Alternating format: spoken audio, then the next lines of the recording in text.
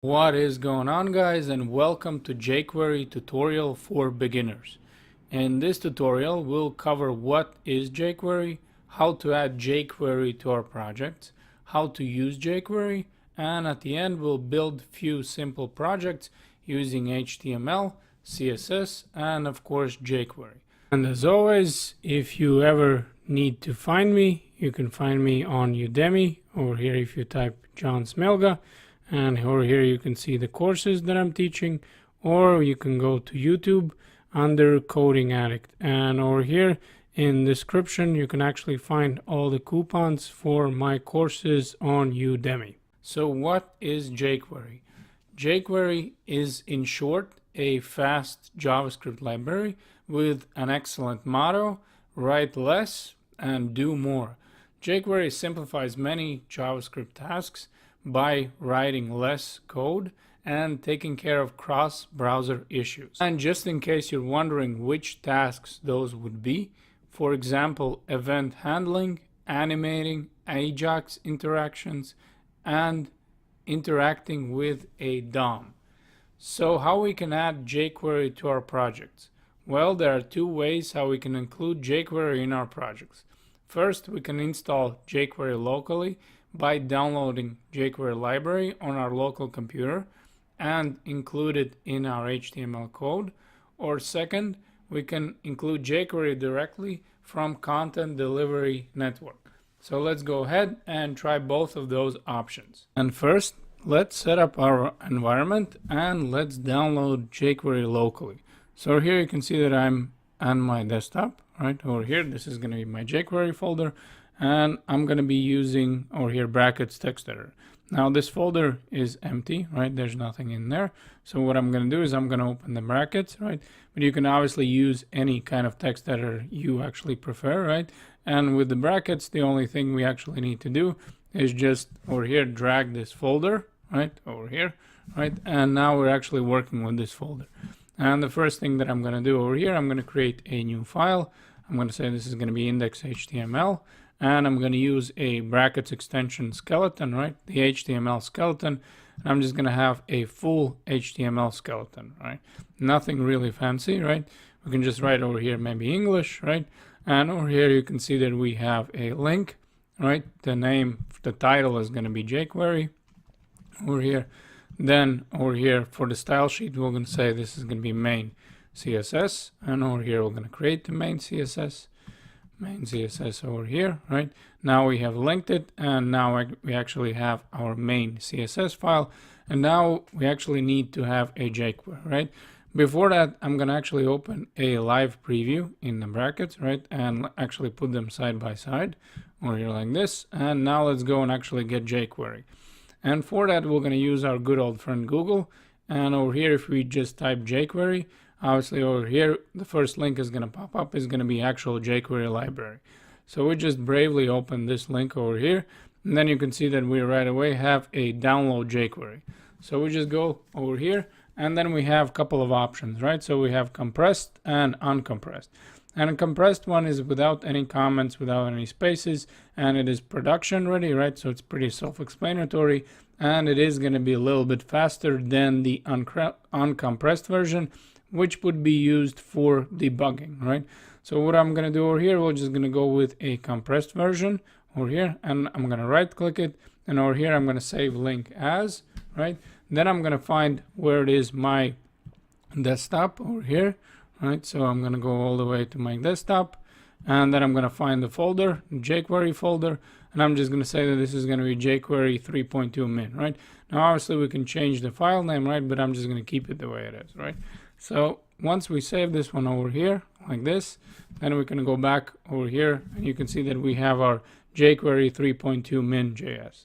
Now obviously we can create a JavaScript folder if we want to do it this way, right?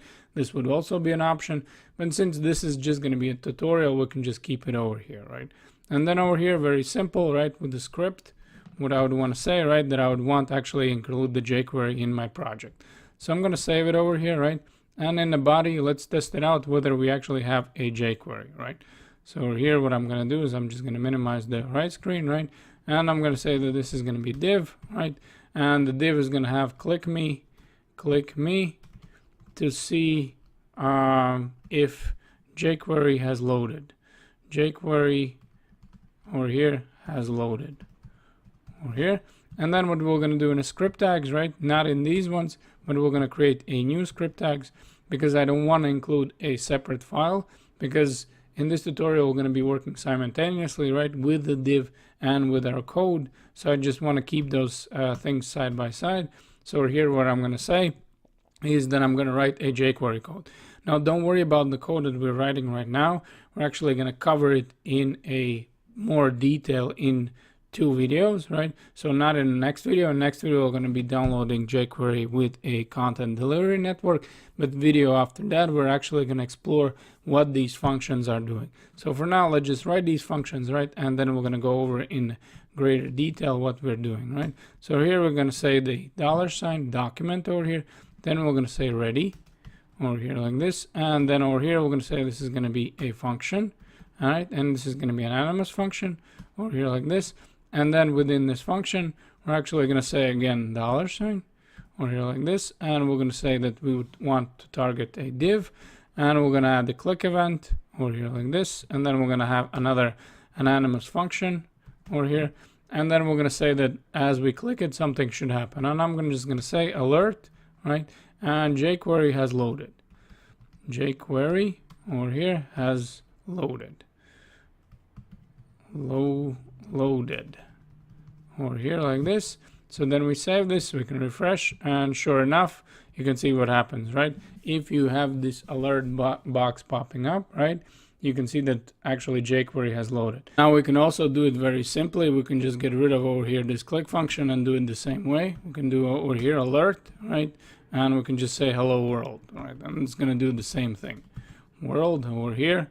And let's refresh the page, right? And sure enough, the jQuery has loaded. So now let's go ahead and let's actually install the jQuery using a content delivery network. And the first thing that we're going to do, we're actually going to delete this script, right? So then for sure we know whether we have actually downloaded with the CDN, right? Because if I refresh the page, right, you can see the alert is not going to be popping up because obviously we have now excluded the jQuery from our HTML. So if I'm going to go back again to our good old friend Google, and if we write over here jQuery CDN, right, you can see that we're going to be getting actually from a jQuery, right? We have from a jQuery library, we can get their CDN, right? But also we can get it from Google, right? So over here you can see that we have jQuery CDN if we type Google, right? More specifically, right? But it's going to be the same thing. We're going to get hosted libraries from Google. And over here you can see that we have a libraries, right? And this would be a script that we would need to include. So we'll just go bravely over here and copy this script tags, right? This link over here. We're going to jump back to our HTML. And once I pass it over here, save it over here. And again, you can see that alert is working over here, right? So again, everything is fine. Our jQuery is working. So again, for this course, for this tutorial, I'm going to be using the CDN over here. And I'm just going to actually delete this min.js file over here. But you can actually choose whatever option you would actually prefer, right? And now let's go back to PowerPoint and let's talk about this interesting document ready over here. And let's talk about in general, right? The jQuery syntax over here, which would be a selector over here like this. And this would be an action over here, right? And let's go ahead and let's talk about further detail what this actually means. Once we add jQuery to our project, we have access to jQuery function or its alias $sign function. In the function, we pass a string as an argument, and the string contains CSS selector expression. And once we make our selection, we add action, method, or function that we would want to perform on the selected element or elements. So in this case, we would be selecting all the divs that are in our document. In this case, we would be selecting all the elements that have a ID of div. And in this case, we would be selecting all the elements that has a class over here with a class of special. And over here, we would be performing a method of hide. Now the ready event handler method is used to make sure that jQuery code runs only after document has been loaded. Therefore, we're putting our code over here, right? So we would have a document ready function over here, and then we would place our selector and our method over here after this, right? But there is actually a shorter version. We can write over here with the $, then we write function, and then we actually can use our code over here, right? So we're going to be using a longer version over here, but just remember that you can always have a shorter version also. And just as a reminder, in general, we should be creating a separate JavaScript file over here, right? We shouldn't be writing this over here in the script tags. Now, the reason again why I'm doing this is just because we're going to be working a lot over here with HTML, and I don't want to jump back and forth. Now that we have looked at a basic theory behind selectors and actions, let's go ahead and let's start using jQuery. So in my HTML, I'm going to write that this is going to be div, right? And over here, I'm just going to leave this empty div. And over here, I'm just going to say this is going to be div, and there's going to be a text inside. And I'm going to say this is going to be hello world. Over here like this. Then we save this. And then we go over here to my document ready function, right? And I'm going to start working with the jQuery. So over here, if I would want to select elements, and the most simplest way would be selecting elements by a tag name, right? So here I'm going to write my function, right? $. Then over here within the function, I'm going to use my CSS selector.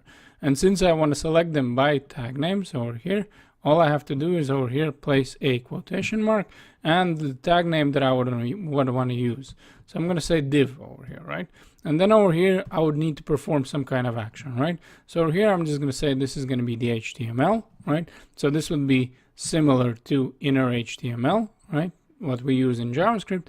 And over here within a string, I'm going to say that this is going to be hello, and this is going to be coding addict over here like this, right? So then we save this, and then we need to refresh, right?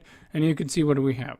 We have the two divs, and both of them actually have a HTML text over here that has a hello coding addict. And why it is two of them, right? Because what's happening with the jQuery, right? Once we write over here a element, right? In this case, it was by tag name, right? But obviously, if it would be the class or if it would be, I don't know, anything else, right? It would work the same. If there is more than one, right? It is still returned, and we can actually very easily work with all of them, right? And that's the beauty with the jQuery, right? That we are right away getting all of them, right? And then we can perform all the actions that we would want to perform on them. Just like in CSS, right? When we were able to actually group the selectors, we can actually do the same thing over here in jQuery. So let's say that I would have a document where I would have a span, right? And I'm not going to be place anything in them, right? For now, and let's say this is going to be the paragraph, and over here this is going to be a link, let's say, right? So we're going to say this is going to be an href, right? And this is going to be hashtag, and all of them are blank, right? If I would go back over here, place a comma, right? And then say that this is going to be for the span also. Then I'm going to say that this is going to be for the paragraph, and let's say this is going to be for the link, right? So if I save this over here, and if we refresh, you can see what we have, right? Now we have 1, 2, 3, 4, 5, right? And all of them have the same thing, right? So if you want to combine multiple selectors, the tag selectors, you can do it over here, but you need to do it over here within these quotation marks, right? And just to show you that it actually works, right? Let's change around this action a little bit, right? And over here, I'm just going to say that this is going to be a length, right? Over here, right? So remember, when we're working with objects, we can just add a method, right? And this method, what we're returning, is going to be the length of all the elements that we were now selected, right? So let's go ahead and let's actually see how much it is, right? And for that, what we can always do in jQuery, I'm going to say that this is going to be actually equal to result, right? The JavaScript variable, right? Over here. And then I'm going to say that either we can do a console log or alert, right? I always, for some reason, like to do a console log. So we're going to say console over here, and we're going to say log. And it's not for some reason, but actually with a console log, we can obviously inspect it more, right? And over here, I'm going to say result over here like this.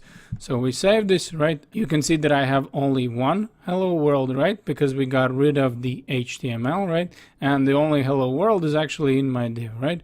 So I'm going to go to inspect over here, and we're going to open up the console, right? And we'll see what we have, right? So the length over here of our return is going to be 5. So obviously, if I'm going to go back over here, and if I'm just going to start adding, I don't know, a links over here like this, right? And if we refresh, now the value is going to be 9, right? So the point is that jQuery is actually going to combine, right? In this case, all our tag selectors, right? And in this case, the action was a simple length return, right?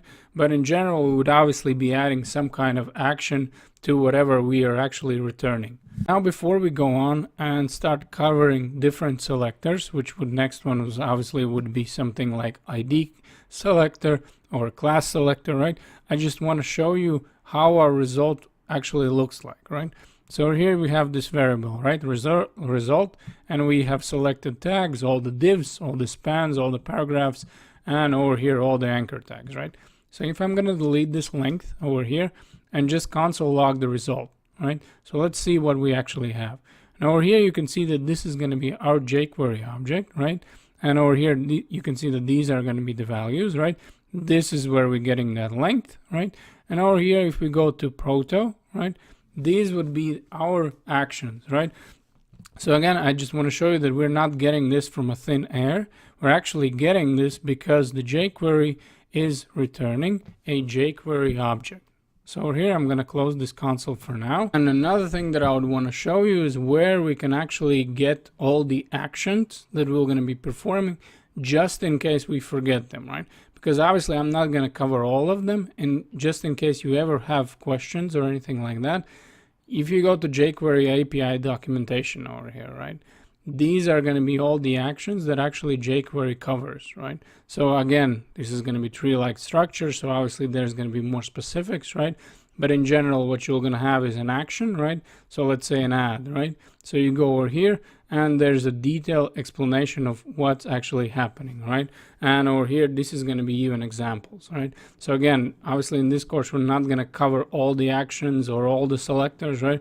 Because there's quite a few of them, right? But in general, if you ever have any kind of questions, right, you can go ahead over here to this jQuery API, and this is going to be your best resource on actually answering your question. And now let's go ahead and let's actually start selecting elements by their IDs and classes. So here, what I'm going to do, I'm just going to delete this code that we wrote over here, right? Let's leave it empty. And let's say for the div, we're going to say this is going to be ID of main. And over here, this is going to be, let's say, class, right, of, I don't know, special. Over here, right, special. So we're going to go back over here and let's first start selecting by ID. And this is going to be exactly the same. Instead of the tag name, we're going to use the ID. So I'm going to say $sign over here. Then it's going to be a quotation marks. And then we're going to be a hashtag. So it's exactly the same as with CSS. And I'm going to write main over here. And I'm going to say that this is going to have a HTML over here. And then we're going to say that this is going to be, this is ID, or this is the div with over here main ID over here like this. So we save this over here, and then obviously once we refresh, we have a this is div with main ID, right? And let's go over here and let's select this class with a class name special, right? So we're going to say this is going to be a $sign over here. This is going to be a dot special over here. And then let's say one thing, then let's say that this is going to have a action, right, or a method, and we're just going to say that this is going to be hide, right? So over here, and again, the methods or the actions we're going to be covering in greater detail in later videos, but obviously I need to use something in order to show you this, right? So if you don't catch one, let's say action or method, right, don't worry about it. We will going to be going through them anyway, right? So, or here, this is going to be the hide, where basically we're going to hide this element, right? So whatever, we save this, and once we refresh, now you can see, right? Even though I have this in my HTML, right, in my DOM, hello world, actually, because I use this method on this class of special, right, you can see it actually disappears. And obviously, the same way as we're working in CSS, we can actually select children that have parent elements, right? So let's say over here, I'm just going to say that this is going to be a div, right, with a class over here, and I'm going to say parent, right? And over here, we're going to place a span over here, right? So we're just going to say this is going to be the span over here. And I'm going to say that, hey, I am span. Hey, I am span over here, right? So we save this over here. And then we're going to go to our jQuery. And over here, I'm going to say that this is again going to be $sign over here. Then it's going to be a quotation marks. Then I'm going to say that I would want a select a parent, right? So this is going to be my class. And over here, I can do it either or, right? So obviously, since this is going to be the only child, right? Anyway, I can write it like this, right? That I'm selecting the span, or I can just get rid of this, right? So let's just for now leave it, right? So what I'm saying is that class over here, parent, and then direct child over here with the span. Let's say that we're going to say this is going to have CSS, right? And again, don't worry about the syntaxes for the actions for now, right? Because we will going to be covering them. But over here, let's say that this is going to be, let's say, I don't know, a color, right? And over here, we're going to say very basic. We're going to say red over here like this, right? Once we save it, you can see what happens, right?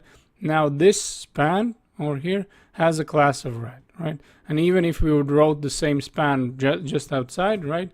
It's not going to be selected, right? So let's say I'm going to copy this guy and place it outside the div, right? You can see that this is just basic hey, I'm span, right? But just because this is a parent, right? And I'm selecting the class with the parent and the child, right? This is how we're actually affecting this span. Now, the same would work if I would just get rid of this guy, right? If I would say span, right? It doesn't change anything, right? Because again, this is the only child anyway, right? It's not like we have nested anything within, right? So what I'm saying, all the spans that are within the class of parent. Now let's look at how we can select siblings in jQuery. And for that, we're actually going to delete whatever we created over here before, right? So we're just going to get rid of this, and we're going to get rid of these selectors for now, right? So over here, if I would say that this is going to be a div, right, with an ID, and let's say this is going to be the main over here, right?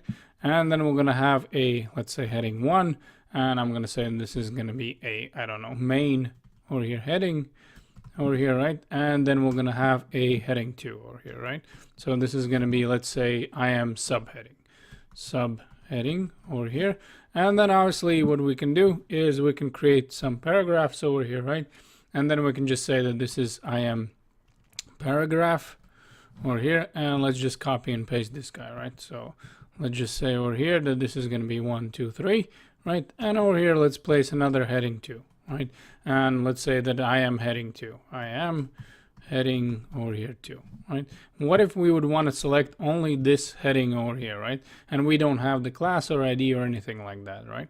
So what we're going to do over here, we're going to say that for a heading 2, right? We're going to start with, again, with the $sign, then over here with a quotation marks, and then we're going to say like this, right? So with an ID of main over here like this, right? Where we have a heading 1 over here and a sibling of heading 1, right? So we can have over here that this is an ID of main, heading 1, and we're selecting this heading 2. So over here, again, we're going to say that this is going to be a CSS over here, and then we're going to say this is going to be a color again, right? And let's say in this case, we're just going to say this is going to be green over here like this. So then we save this guy over here, and sure enough, right, only our subheading becomes green over here, right? Because this is the only one that matched, right? That actually was a sibling over here of this heading 1 that we selected, right? So obviously if we would wrote a different syntax, this would work differently, but this is how we can actually select siblings in jQuery. And now let's look at how we can work with a attribute selectors in jQuery, and also how we can add a classes to the selected elements, right? So once we select the element, how we can add actual class, not just CSS, right? Because obviously, if we would have more than one property and value, right, this would get really annoying to retyping this, right? So what we're going to do over here, we're just going to get rid of this guy over here, and we're going to delete this one also, right? The same way. And over here, we're going to say that this is going to be a paragraph. And over here, I'm just going to say that this is going to be I am a paragraph over here like this. Then we're going to save this, and then we can copy and paste this, right? 1, 2, 3, 4, right? And then for a second and a fourth, we're just going to say this is going to be class, and this is going to be special over here. And we can write over here that I'm special paragraph, right? And the same thing we would want to do over here. So I'm just going to copy and paste this class over here like this. And then we're going to say that this is going to be special, and I am special paragraph, right? So the second and the fourth is a special paragraph. So we'll jump back to a jQuery over here like this. And then we're going to say that we would want to select over here. And obviously we need to use parentheses, we need to use quotation marks, and I'm going to say paragraphs, but only the paragraphs that actually has the class, right? Now it doesn't matter what class it is, right? So maybe let's say over here that I am fourth. So let's use two classes just so it's a little bit actually better for us to see, right? So this is going to be a fourth, right, class or something like this. I don't know whether the spelling for fourth is correct over here, but let's say I'm just selecting any paragraph that has a class, right? And over here, what I'm going to say, once I actually selected, let's add actually a class over here, and we're going to add the class that we were going to create. So here I'm going to say this is going to be a class, and I'm going to say the class name is going to be background. And just remember the syntax, right? So over here we have quotation marks, but we don't need to place a dot, right? Because we're already saying over here that this is going to be the class. So we're going to save this. Then we're going to go to our main CSS over here, and let's create this class. So over here I can say background over here, and let's add, you know, a few properties, right? So we're going to say font size, I don't know, 30 pixels. Then we're going to have a actual background color, right, for this class. So let's say that this is going to be something like aqua over here. Then say that this is going to be, I don't know, text align. We'll say center, right? And obviously we can go on and on and on, right? So over here, what do we have, right? We have a paragraphs with a class. Just have a attribute of class. So we save this, and sure enough, once we refresh, right, for the paragraphs, right, that just had a class. It doesn't matter what was the class name, right? That's what we're going to be looking on next, right?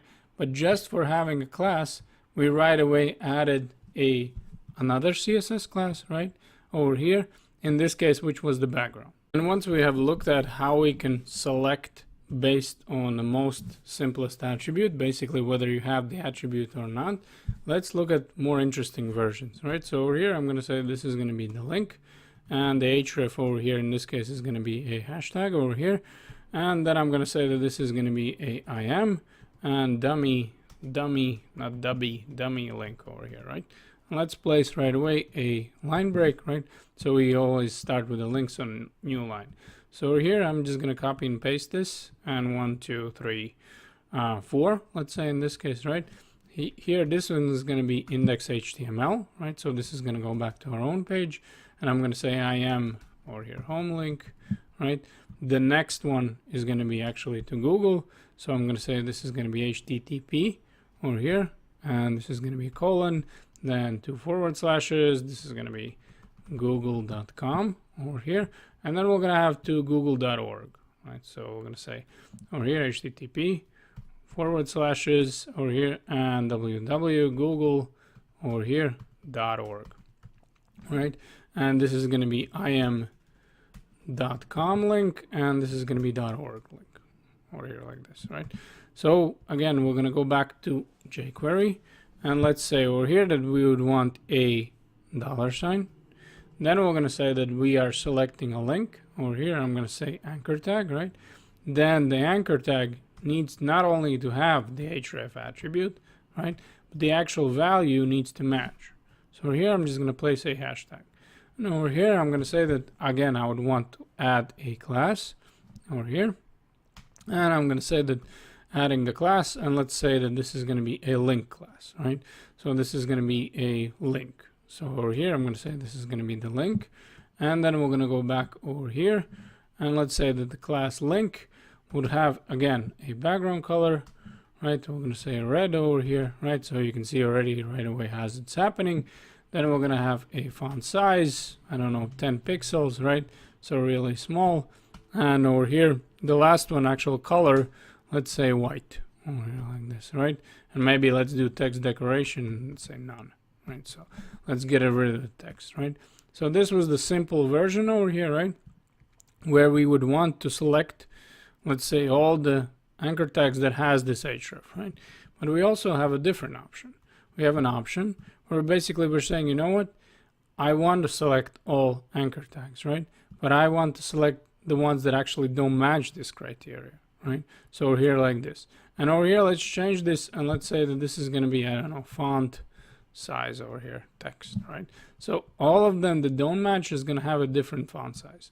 So over here, we're going to create a new class. I'm going to say font size over here, and we're going to say that the font size is going to be something like 40 pixels, right? So we save this and we refresh, and now you can see that all the links, right, that are not actually dummy links, right, would be 40 pixels. But we're obviously not limited to only these two. We can actually select only when a attribute is starting with a certain value. So over here, I'm going to say this is going to be $, and this is going to be a link. And if the href over here starts with a certain value, in this case, this is going to be HTTP over here like this, I'm going to say that I would want to add a class, but I would just want a external class, right? Because we know that this is going to be a home link, right? This goes back to our home page. But over here, if we say add class over here like this, and then we're going to say that this is going to be external, and obviously we're going to create this class. So I'm going to go back over here, and we're going to say that this is going to be a external over here. And let's say that we would want a background color and red over here, right? So only the background color for external links is going to change, right? However, the font size, you can see that it's still the same for all of them, right? So these are all the links that are not dummy links. However, these are two external ones that we're adding in the actual class. And over here, we obviously have an option also of where it ends, right? So let's do the last one. Let's do over here. And once we have copied this, over here, we just change this to a $sign. Over here, we're going to write that this is going to be org over here like this. And then we're going to say that we would want to add a org class. So we're going to go over here. We're going to save this. And in main CSS, we need to create a org class. So over here, this is going to be an org class, background color, say green, right? Over here like this. And obviously, the one that is a external link, however, to org, changes to green. And this is how we can work with a attribute selectors in a jQuery. And now let's look at how we can select in jQuery, judging by the elements index. So over here, let's delete these links over here like this. Let's over here delete everything that we've been selecting so far over here like this. And let's create a comment, right? So it's always going to stay with us, right? As well, meaning always during this video, right? So we have an option of first over here that matches the first selected element. Then over here we have a last. Then over here this would be a even. Over here like this, even. Then we would have an odd. Over here like this. Then we're going to have a equal to, right? And when we're saying is that if it matches a single element by its index, right? So over here we're going to say equal over here like this, and over here we're going to say n, right? So this would be the number we're actually placing. Then we have a less than and greater than. So over here we're going to say less than over here, and this is again going to be the value that we are creating, and over here this is going to be greater than. So again, this is going to be our value. So let's go ahead and let's actually create a unordered list. Over here, we're going to say this is going to have a class, and I'm going to give it a class of first, not a fist, but first over here. And then we're going to have, let's say, a list. Okay, and I'm going to say list item, I don't know, number 1, right? And let's copy and paste this, and let's make 4 of them. 1, 2, 3, 4. Let's change this one around. 2, 3. Over here, this guy 4. And then let's make a few of them, right? So let's make it more interesting. So let's make 2 of them, 2 more over here like this, and then we're gonna have a class number first. This is gonna be 2, and or second. Let's make it second, and let's make this guy third. All right. So now we have 3 of them, and you can see that we have 7, right? 7 options of how we can work with that. So let's go ahead and let's say for the first one, we would want to target a class of first over here. Then we would want to target a list item over here, and then we're going to say which list item, right? So we're going to say first. And over here, let's say that we would want a I don't know, CSS over here, right? And let's say that this is going to be a font size over here. And let's say that this is going to be 40 pixels. I don't know, 40 pixels over here. Let's save this. And sure enough, right, the first one is actually 40 pixels. Now, what we would want to do, let's say select the last one, right? So pretty similar. What we're going to do, we're just going to copy and paste this guy. And instead of selecting a first one, right, let's select last. And over here, let's select last. And let's add some HTML, right? So this is going to be selecting last. And over here, let's delete this and let's say HTML. And let's say I am last. I am last over here. Let's save this. Let's refresh. And sure enough, I am last over here, right? Now, another one, right? We can do even or odd, right? Let's maybe add a background colors. Let's check what we have, right? So we have a link, right? So let's make this one an even over here. And let's maybe delete these guys over here, what we had.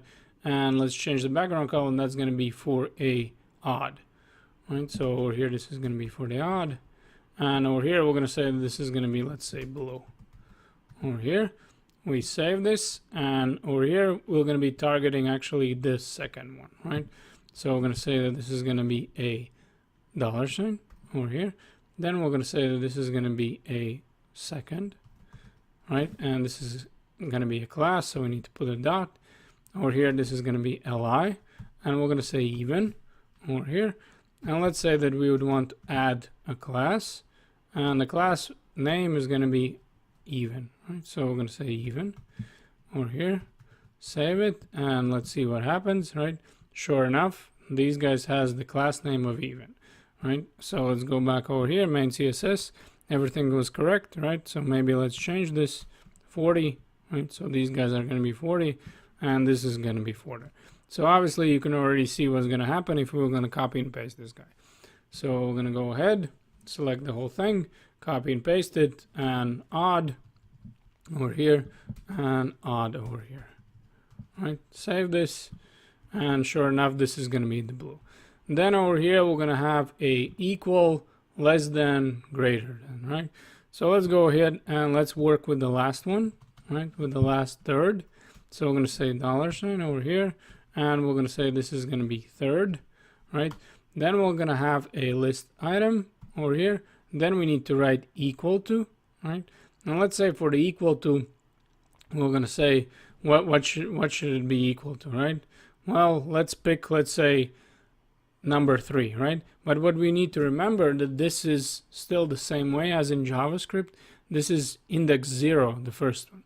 So if we want list item 3, we actually need to pick number 2. So over here, we're going to say this is number 2 that we're picking. And let's say over here that we would just want to hide it, right? So very simple. We're just going to get rid of list item number 3 in this case. Sure enough, we refresh, right? And nothing happens, right? So now we need to go back and actually let's decide why nothing is happening. Nothing is happening because I didn't put the class over here, right? So smartass over here, right? You can see I skipped the dot. So now if we refresh, a list item over here is actually disappeared, right? Now let's just copy this guy over here and let's just change some things around. So over here, I'm going to say equal to, right? But instead of equal to, I'm going to say less than and less than 2. So over here, this should be list item number 2. And over here, what I'm going to say that this should have, I don't know, a CSS over here. And again, font size, and we're going to say 40, right? So font size over here, and we're going to say this is going to be 40 pixels. All right, again, so number 2 should actually be 40, right? And what we're having actually is both of them, right? So anything that is less than 2 over here, we're actually made it 40 pixels, right?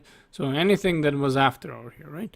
So the same thing would work if we have a greater than, right? And let's make this one a background color, right? So this is going to be greater than over here like this.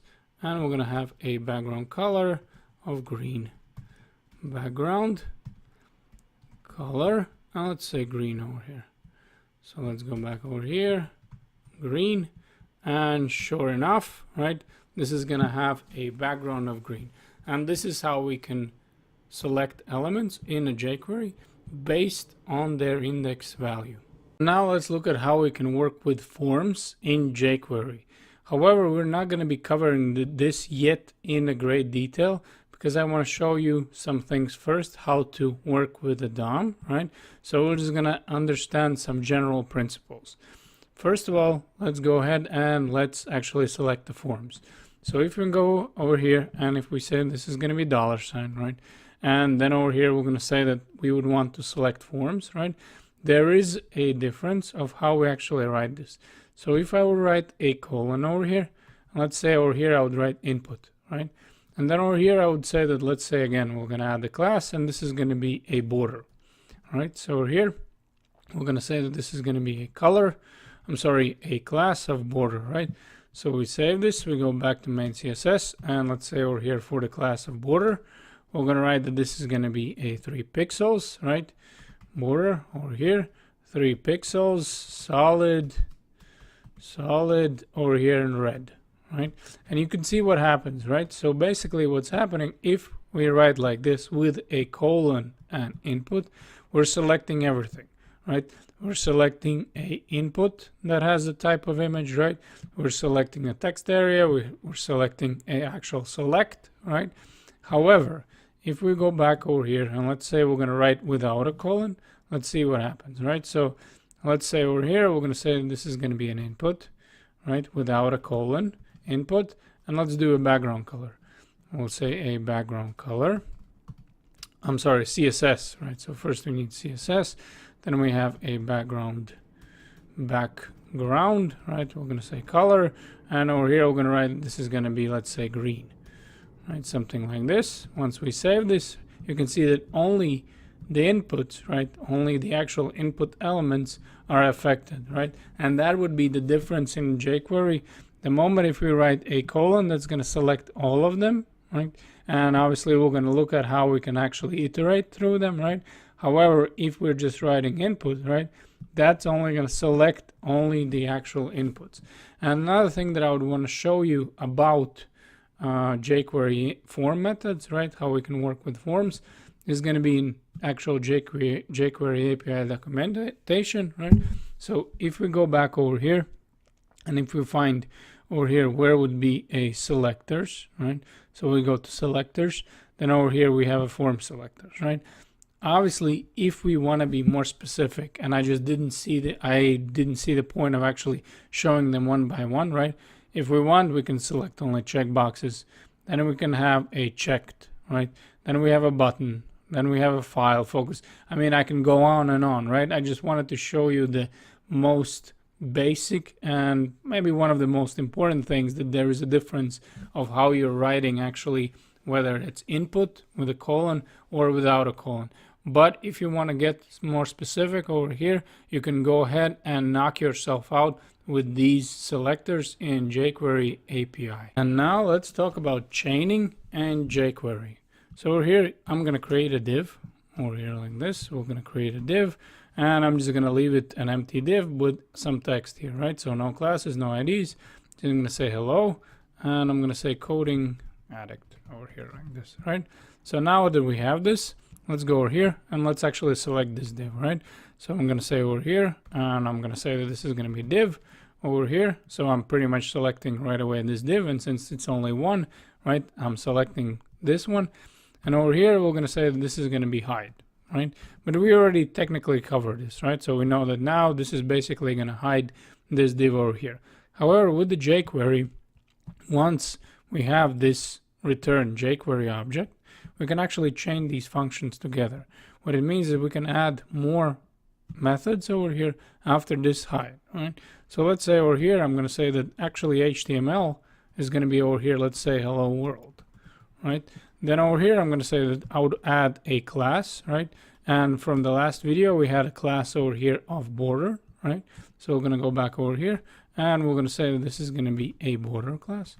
And over here, we're going to say that this is actually going to show, right? So we're going to hide it, then we're going to add a HTML, then we're actually add the class of border, and then we're actually going to show.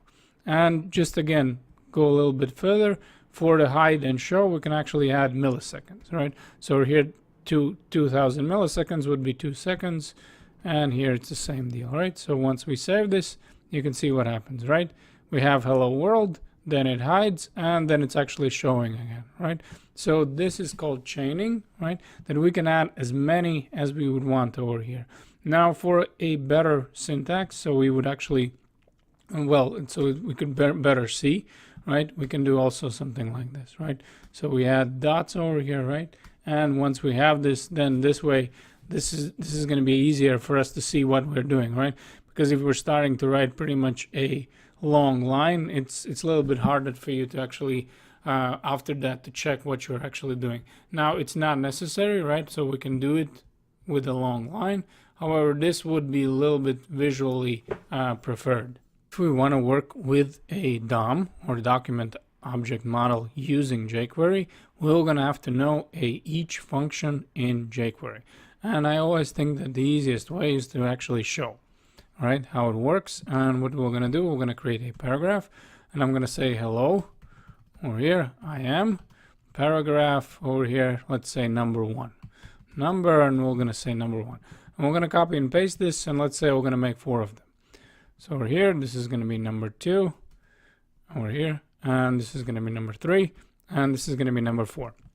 And we already know that once we're selecting with a $sign over here paragraph, and over here obviously there needs to be quotation marks, right? So I'm going to say paragraph, right? That actually what we're getting back is a object, right? But it actually contains all paragraphs, right? And with an each function in jQuery, we actually can iterate through this the same how we would be using a for loop in JavaScript.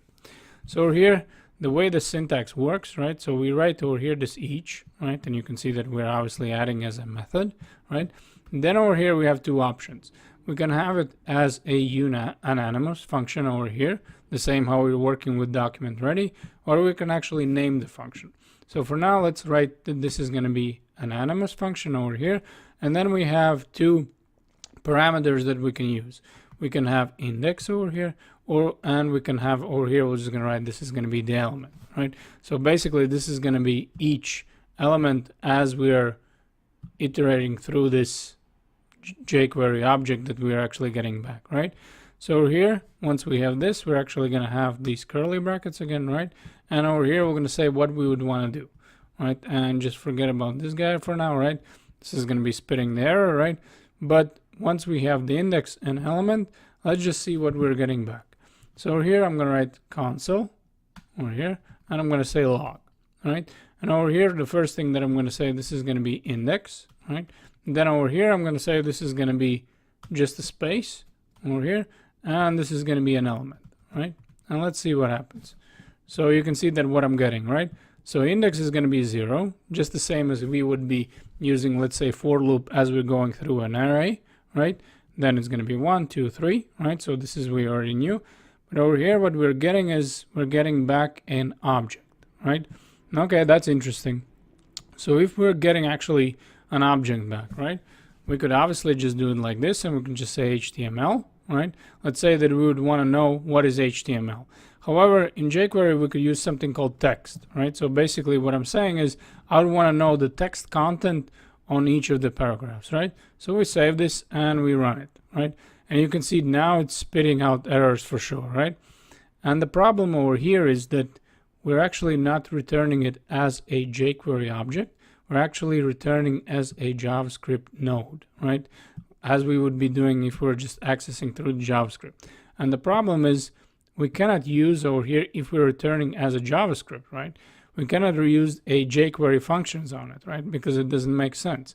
So over here, if you remember from the JavaScript, when we were using a inner HTML or let's say inner text, right? So if I'm going to write inner HTML and save this, see what happens, right? So now everything is fine. I'm 0. Hello, I am paragraph number 1. Now the thing is, since we're working with the jQuery, we obviously want to use the jQuery, right? Because the whole point, if we would want to use the JavaScript, we would use the JavaScript, right? So what we would need to do in this case, we actually would need to wrap this element over here like this, right? Using over here a jQuery $sign, right? And over here, we're going to write that this is going to be an element. And now we can actually use a jQuery functions, right? So over here, I'm going to say text, right? So now we would be getting the text, right? So let's again refresh, and you can see that everything is working, right? So over here, you can see that I'm saying, hello, I am paragraph number 1. Now there's actually a even better way how we can actually work with this, right? So you can see over here, I have this element, right? What if I would over here, let's say I'm just going to delete this first part over here. And what if I would declare a variable, like just like in JavaScript? And let's say I'm going to say that this is going to be an item. And what I'm referring to, that this is going to be each of those items that in this case are going to be paragraph, right? I can just delete this element over here like this. I'm going to say that let item be equal to, and over here I'm going to use this. And the way we use this over here, again, we're saying that this is going to be $, right? And this is going to be equal to this, right? So then again, we save this one over here, and we're saying that item is going to be equal to this. And now once we use the item over here like this, again, it works the same as we would have a jQuery object, right? So we refresh, and now sure enough, everything works, all right? So item is actually equal to this, and this is equal to each and every paragraph right now in this case that we're actually working with. And just let me show you that we can obviously create a function out of this, right? So let's say, I mean, the weirdest part is going to be probably coming up with a name, but let's say that this is, I don't know, iteration, right? So I'm going to say function over here, and I'm going to say iteration over here. And now what I would want to do is actually have the same thing, right? So I'm going to say this is going to be index, and this is going to be this, right? So what I'm trying to show you is that we can have an anonymous function, right? Or we can have the name function. So over here, if I'm write index over here like this, right? And then I have the curly brackets, and over here, I'm going to do the same thing, right? I'm just going to copy and paste this, whatever we have over here, right? So I'm going to do cut, then I'm going to paste it over here. Then over here, what I would want to do is actually get rid of all this, right? And the only thing that I'm going to say is this is going to be iteration, right? Because it knows that this is going to be a function, right? And if we go ahead over here, you can see that everything works the same way, right? So we can have an anonymous function, right? Or we can have the actual function that we call this way with iteration, right? And this would work the same way. Now let's go ahead and let's look at the actual examples, right, in more detail, because that's going to help us to understand it even more. And now let's explore a jQuery each function in more detail, in deeper detail, by actually looking at 2 examples over here. So the first example, I'm going to have a paragraph, and this is going to have a class of, let's say, 1, right? And over here, I'm going to write I am paragraph, let's say number 1, right? And what we're going to do is we're just going to copy and paste this, let's say 4 times, right? And over here, we're going to create a paragraph that's going to have no class, right? So I am, let's say, simple paragraph. I am simple paragraph over here, right? And obviously we would need to change this to 2. This is 3. This is 4. And this is over here 2.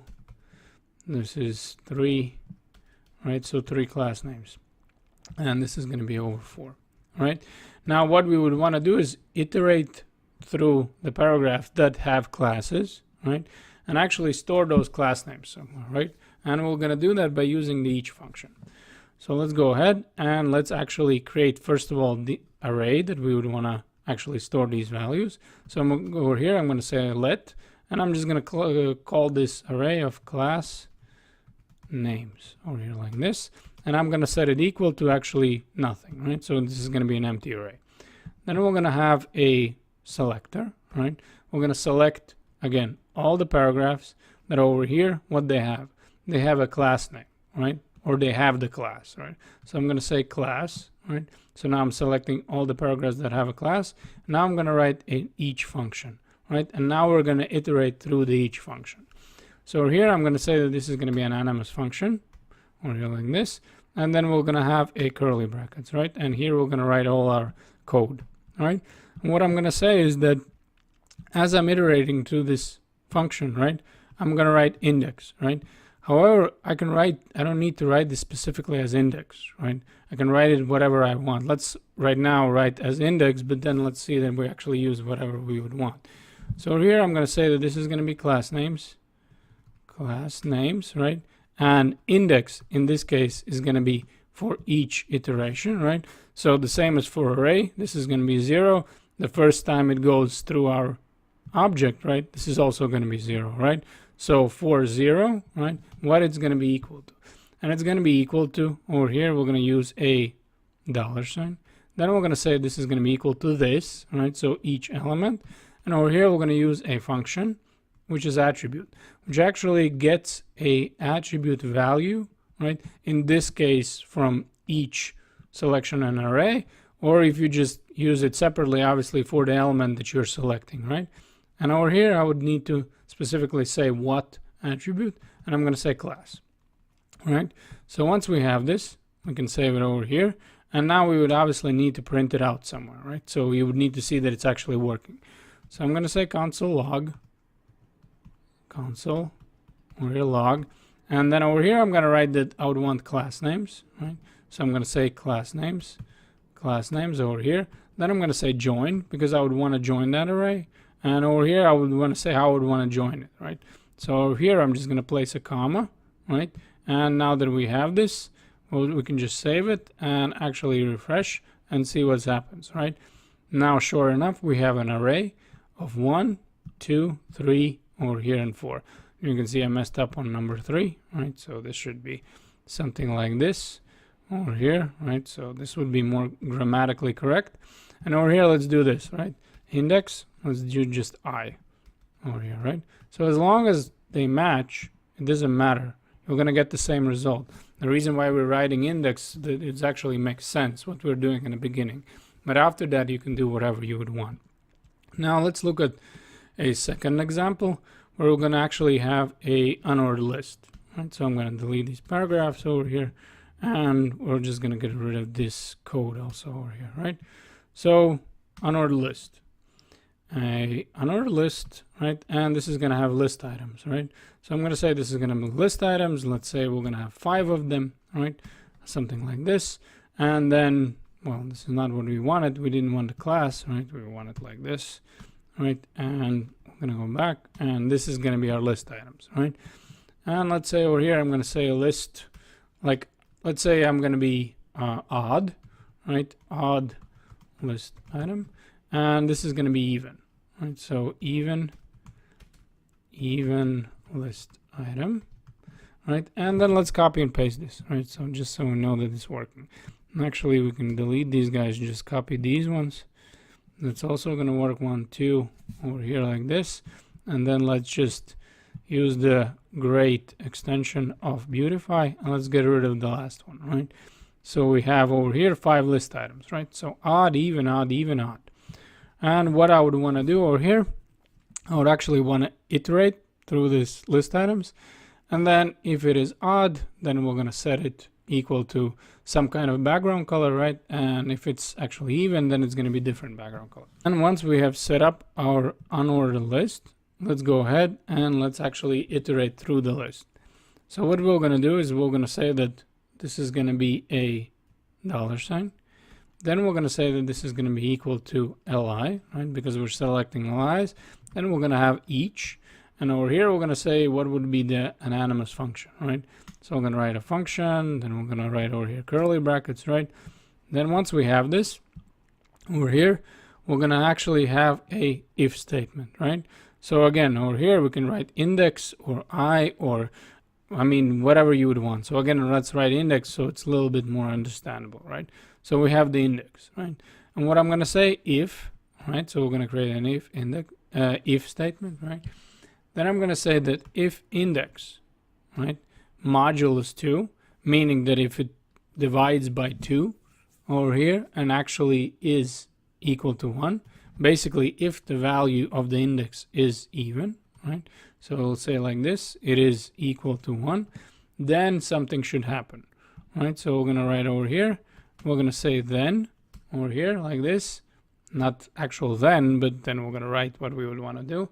We're going to say this over here, this would have a class, right? And we're going to say add class, and let's say we're going to use a class of red, right? So we're going to write red over here, and the other one is going to be green, right? However, if it is not, right, so this would be a different one. So we have if statement over here, and over here we're going to write else.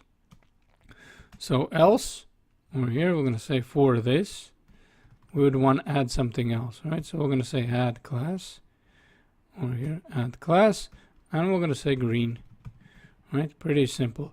And again, we can call our class names however we would want. In this case, we're just actually using with the colors, right? But obviously we could have called our class names even or odd or something. That would probably make more sense, right? But let's just keep it the way it is right now, and let's have a delete this guy over here. And let's say for the red, what we would want a background color. I'm going to say red over here like this.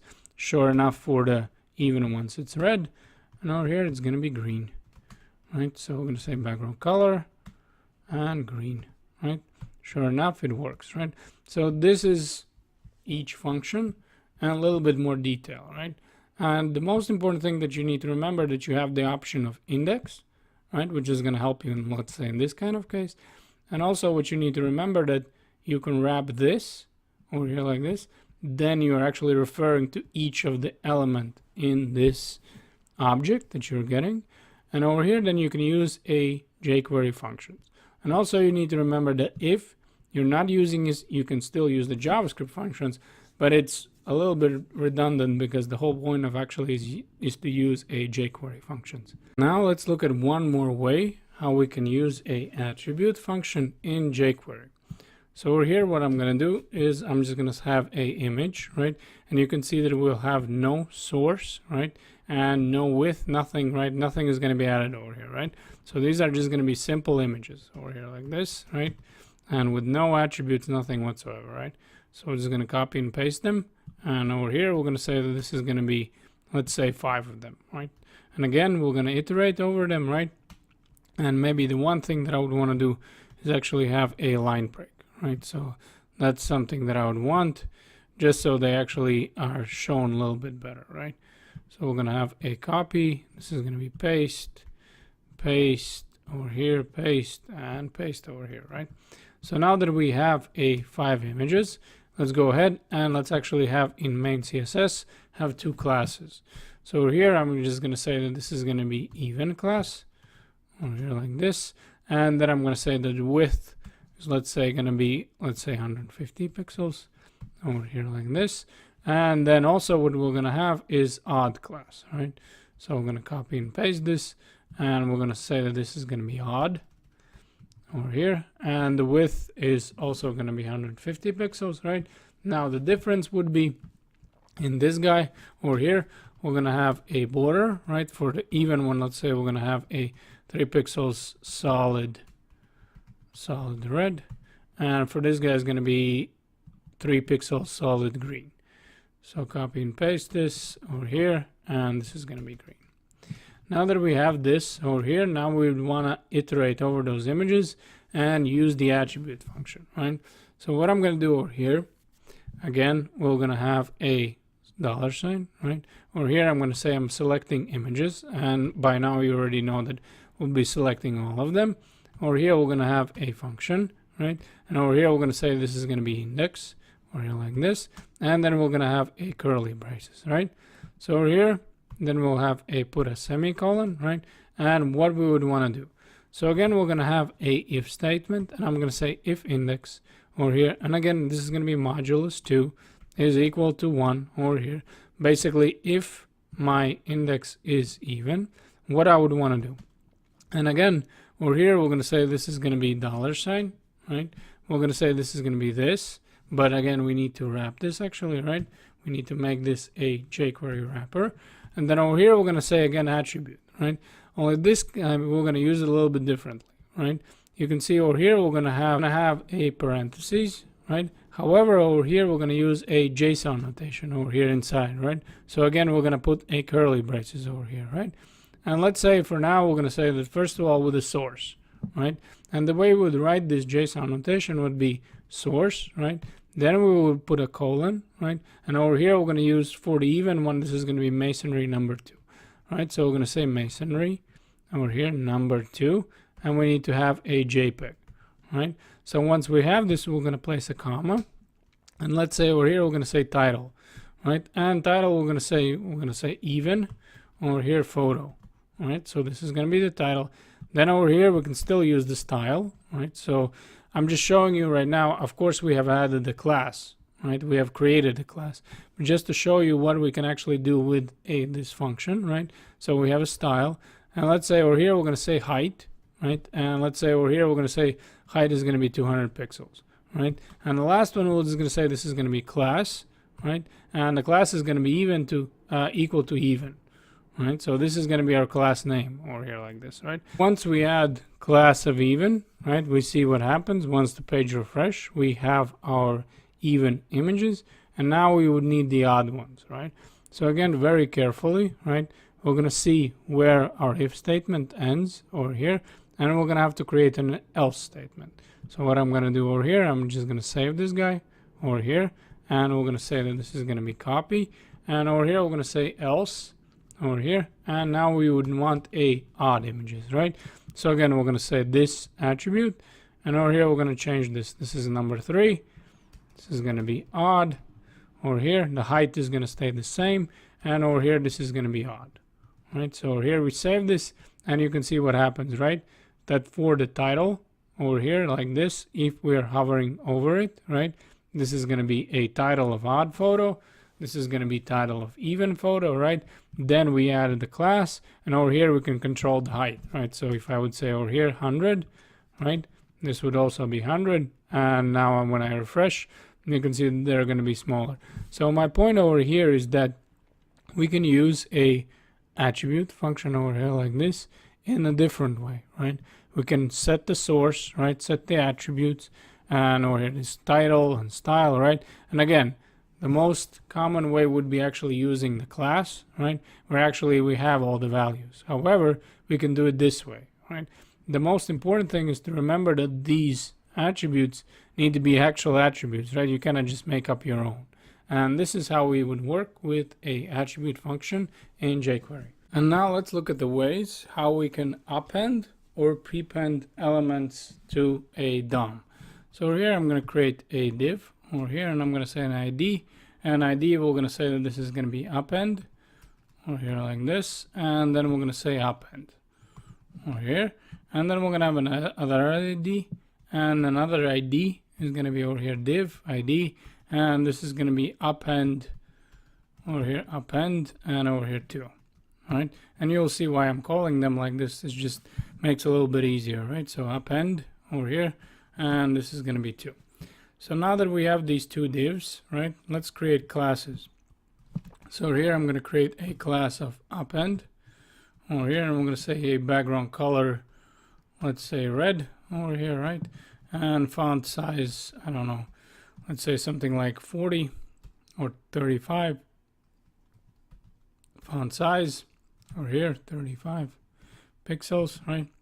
Then we'll have a prepend over here, and this is going to be background color, let's say green, and this is going to be font, I don't know, let's do color, right? Something else, let's do white over here like this. So we'll have a append and prepend, and over here the first thing that we would want to do is actually set these selectors equal to variables, right? So I'm going to say let, and we're going to say that this is going to be a variable, right? And the variable, let's say that this is going to be, let's say first, right? And over here what we're going to do is we're going to say this is going to equal to over here, and we're going to select over here this ID. So we're going to say this is going to be selecting by ID over here like this, and then we're going to say append, right? And that's it, right? So now this one is equal to the first one, right? And the same thing we need to do over here. So we're going to say that this is going to be second, and this is going to be append to, right? So we have 2 IDs. Now we have 2 values for the variables. So let's go back over here, and let's say that first over here like this, then we're going to say dot, and then we're going to say append over here like this, and then what we're going to say is that we would want a string, right? So here what we're going to have is quotation marks over here like this, and then we're going to say that this is going to be a div, right? And we're just going to give it a class right away, class. But just make sure that over here you're adding these double quotation marks, right? Because these are the single ones, right? So over here we're going to say this is going to be append class over here like this. Then we're going to close this guy over here out, and I'm just going to say added element over here like this, and then we're going to close this div over here like this, right? So now we have a append with a class of over here with a class of append. And over here what we're going to do is we're going to copy and paste this over here, and over here we're going to say prepend, right? So we're going to have over here prepend.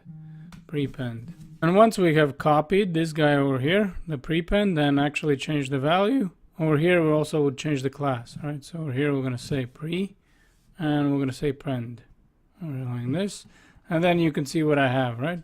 So this is going to be a append, right? The div that has the append, and this is the added element, right? And we can say added element before over here, append, right? So this is going to be the second one. So we're going to say after, right? Over here like this. So this should be after, right? And prepend is going to be over here, right? So this one we were adding before. So I'm going to say element, and we're going to say before, right? And the difference you will see in a second, right? Between these two options, right? So you can see that how we can use append and over here prepend, and the same way we can use append to and prepend to. Now the difference would be, right, that the first we would actually be selecting what are we adding, and then we would be saying where we would add it to. So let's go ahead over here, and I'm going to say this is going to be a $sign, right? And again, we're going to do the same thing, right? So there's going to be no difference over here. So what I'm going to do, I'm going to grab this div, let's say this append to, right? Append, copy over here. We're going to copy and paste. This is going to stay the same, right?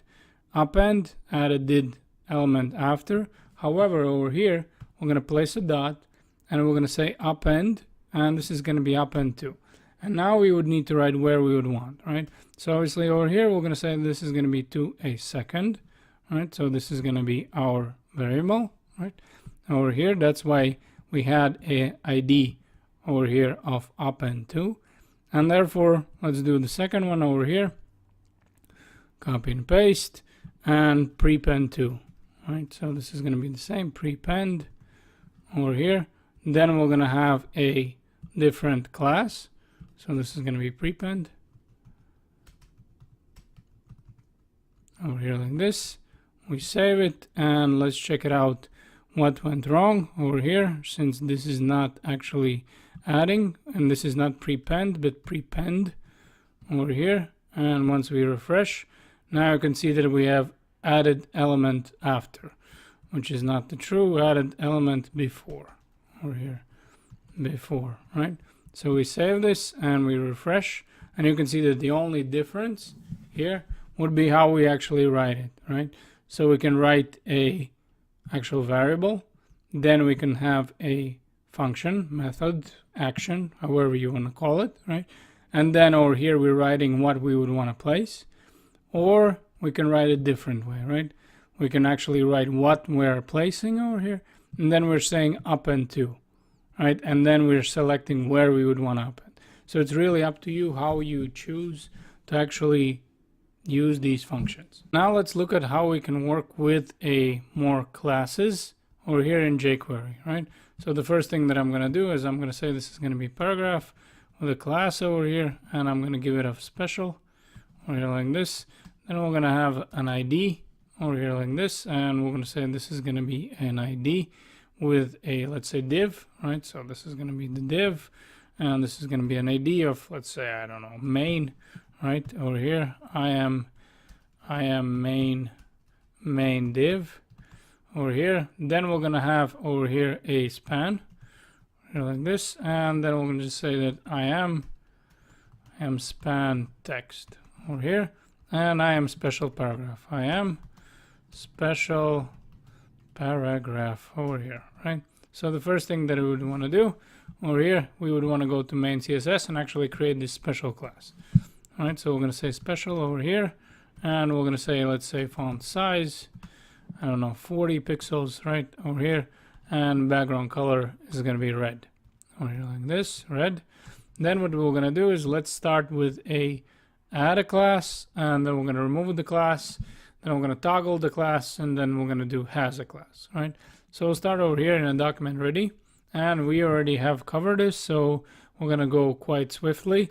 So I'm going to say over here that we would want to target, let's say an ID, let's say main over here, and I'm going to say that I would want a add a class over here, and I'm going to say what would be the class, and this is going to be special. All right, so over here, once we save this, you can see the div also has this class of special. Now let's go ahead and let's actually remove the class from a paragraph, right? So we can say over here that this is again going to be $ paragraph over here, and then we're going to say remove over here, and we're going to say class.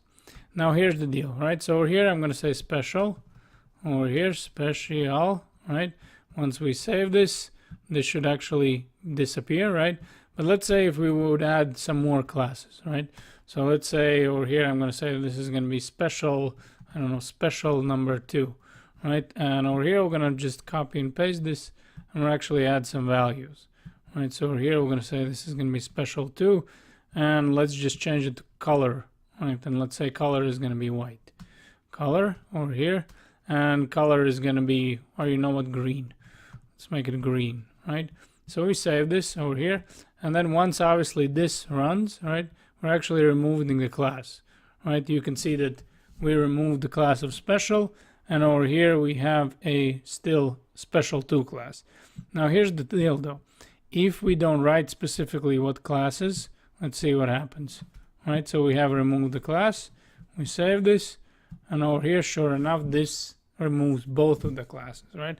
So you can obviously write over here to add a class and remove the class as many classes as you want, right? So here I could say this is going to be special, and I'm going to say a number 2, right? So I can do it this way, right? Now I can see that this one has both classes. However, it's the same deal if we're removing, right? If we're writing the special class or the exact class, it's going to remove that class. However, if we're not writing, then it's going to remove all the classes, right? And then after that, we have a toggle class. And for toggle class, we're going to skip a little bit ahead over here, and we're actually look at events. So over here, I'm going to say that this one's going to select, right? And I'm going to select all of them. I'm going to say this is going to be paragraph, this is going to be div, and this is going to be span, right? Over here, I'm going to say click, which stands for click event, right? And then again, we're going to have a function. And again, we're going to be covering them, right? I just want to show you how we can work with toggle class over here, right? So here we have a function, and you can see that it's very similar to each. But obviously this one doesn't loop over, this one actually is a click event, right? And over here, we're going to say that this is going to toggle the class, right? So we have a click function, everything, right? And then we're going to say over here, again, we're going to use a wrapper, we're going to say this over here, and we're going to say toggle class, and let's say over here we're going to say this is going to be special, right, over here. So basically what I'm saying is, as I'm clicking, right, it's going to check whether this, which is going to be the element that I'm clicking, right, does it has a class or not. If it does, then we're going to remove the class. If it doesn't, then we're actually adding the class. So let's refresh. Sure enough, you can see paragraph has the class, right? Click it again, doesn't have a class, right? Div did have a class, now it doesn't. Again, does, right? So I can add all of them, right? Or I can remove all of them, right? But again, we're skipping a little bit ahead with the click event, but the point over here is this is really nice, especially when you're dealing, let's say, with a nav bar, right? And you have this little bit of a button, right, that you're like a hamburger button, right, where you're actually pressing and then the nav bar is showing and then it's actually disappearing, right? So, and the last one, let's check, well, no, actually there's 2 of them.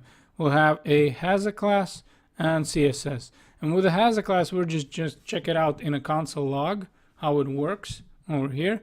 And because again, we're going to use it more with events, right? And then we're going to look at how we can work with CSS and how it is similar to attribute function, right? So let's go ahead over here, and I'm going to say console log over here, and then let's say that for the div, Right? So let's go ahead and we're going to target a div. So I'm going to say that this is going to be a div, right? So we can use the ID or we can use div. And over here, I'm going to say has class over here. And we're going to say in the has class, what class, right? So again, special over here. And let's just check it out what it is, right? So you can see over here, it says true. Now, if I click it, right, and refresh, well, it's going to load up again. And you can see that obviously my DOM is not reloading right away, right? So the console is going to stay, but let's change it to paragraph, right? And it's going to show false, right? So here we say this, and you can see that it actually shows false, right? So again, has class we're using, let's say if we're iterating over the DOM, right? And let's say you see that, okay, well, does it has a class? Well, what if it doesn't, right? So basically you're using it as a Boolean, right? 0 or 1. Because those are the two values that you can have. Either it's going to be true or false. And according whether it's true or false, you're going to do some kind of action. And the last thing that I just want to show you is, see over here, the span, right?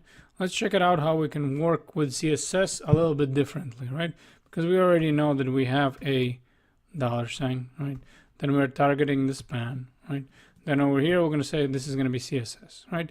And before that, all the time, what we did was basically like this background color and blah, blah, blah, right? However, we can also use this JSON notation over here like this, right? So if I write this one over here, and again, if I start adding my styles, right? And we can also use it like this. We can actually write it like this. We can write that this is going to be a, let's say, font size, right? And we're going to say over here, this is going to be, let's say 30 pixels over here, like 35. Let's say it like this. Then over here, we're going to place a comma, right? And then over here, we're going to say this is going to be, let's say something else, right?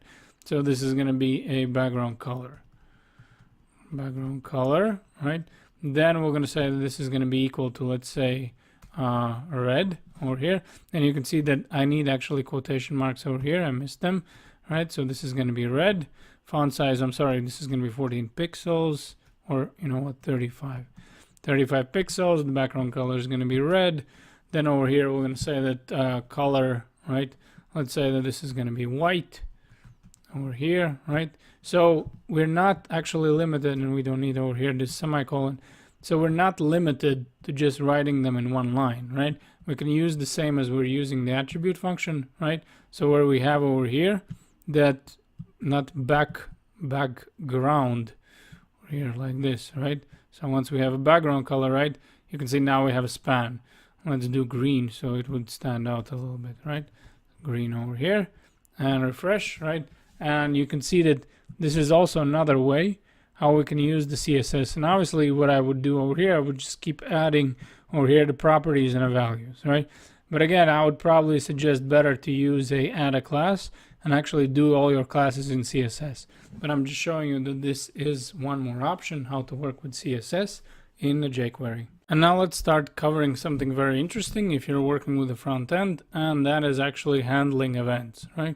And the first event we're going to look at how we can work with jQuery is going to be a click event, right? So the way we're going to do this over here, we're going to say this is going to be div over here, and let's just have it a normal div over here, and I'm going to say that I am div over here, and I need to be, I don't know, transferred over here like this, right? So you can see spelling is completely correct, I mean being sarcastic over here.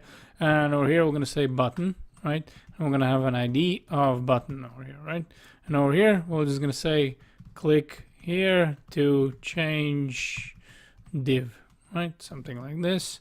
And maybe let's add a line break just in case, right? So we have a button over here, right? And we need to click it in order to change the div, right? So what's going to happen is let's get rid of these guys over here like this. Then let's check whether we actually have a class, right?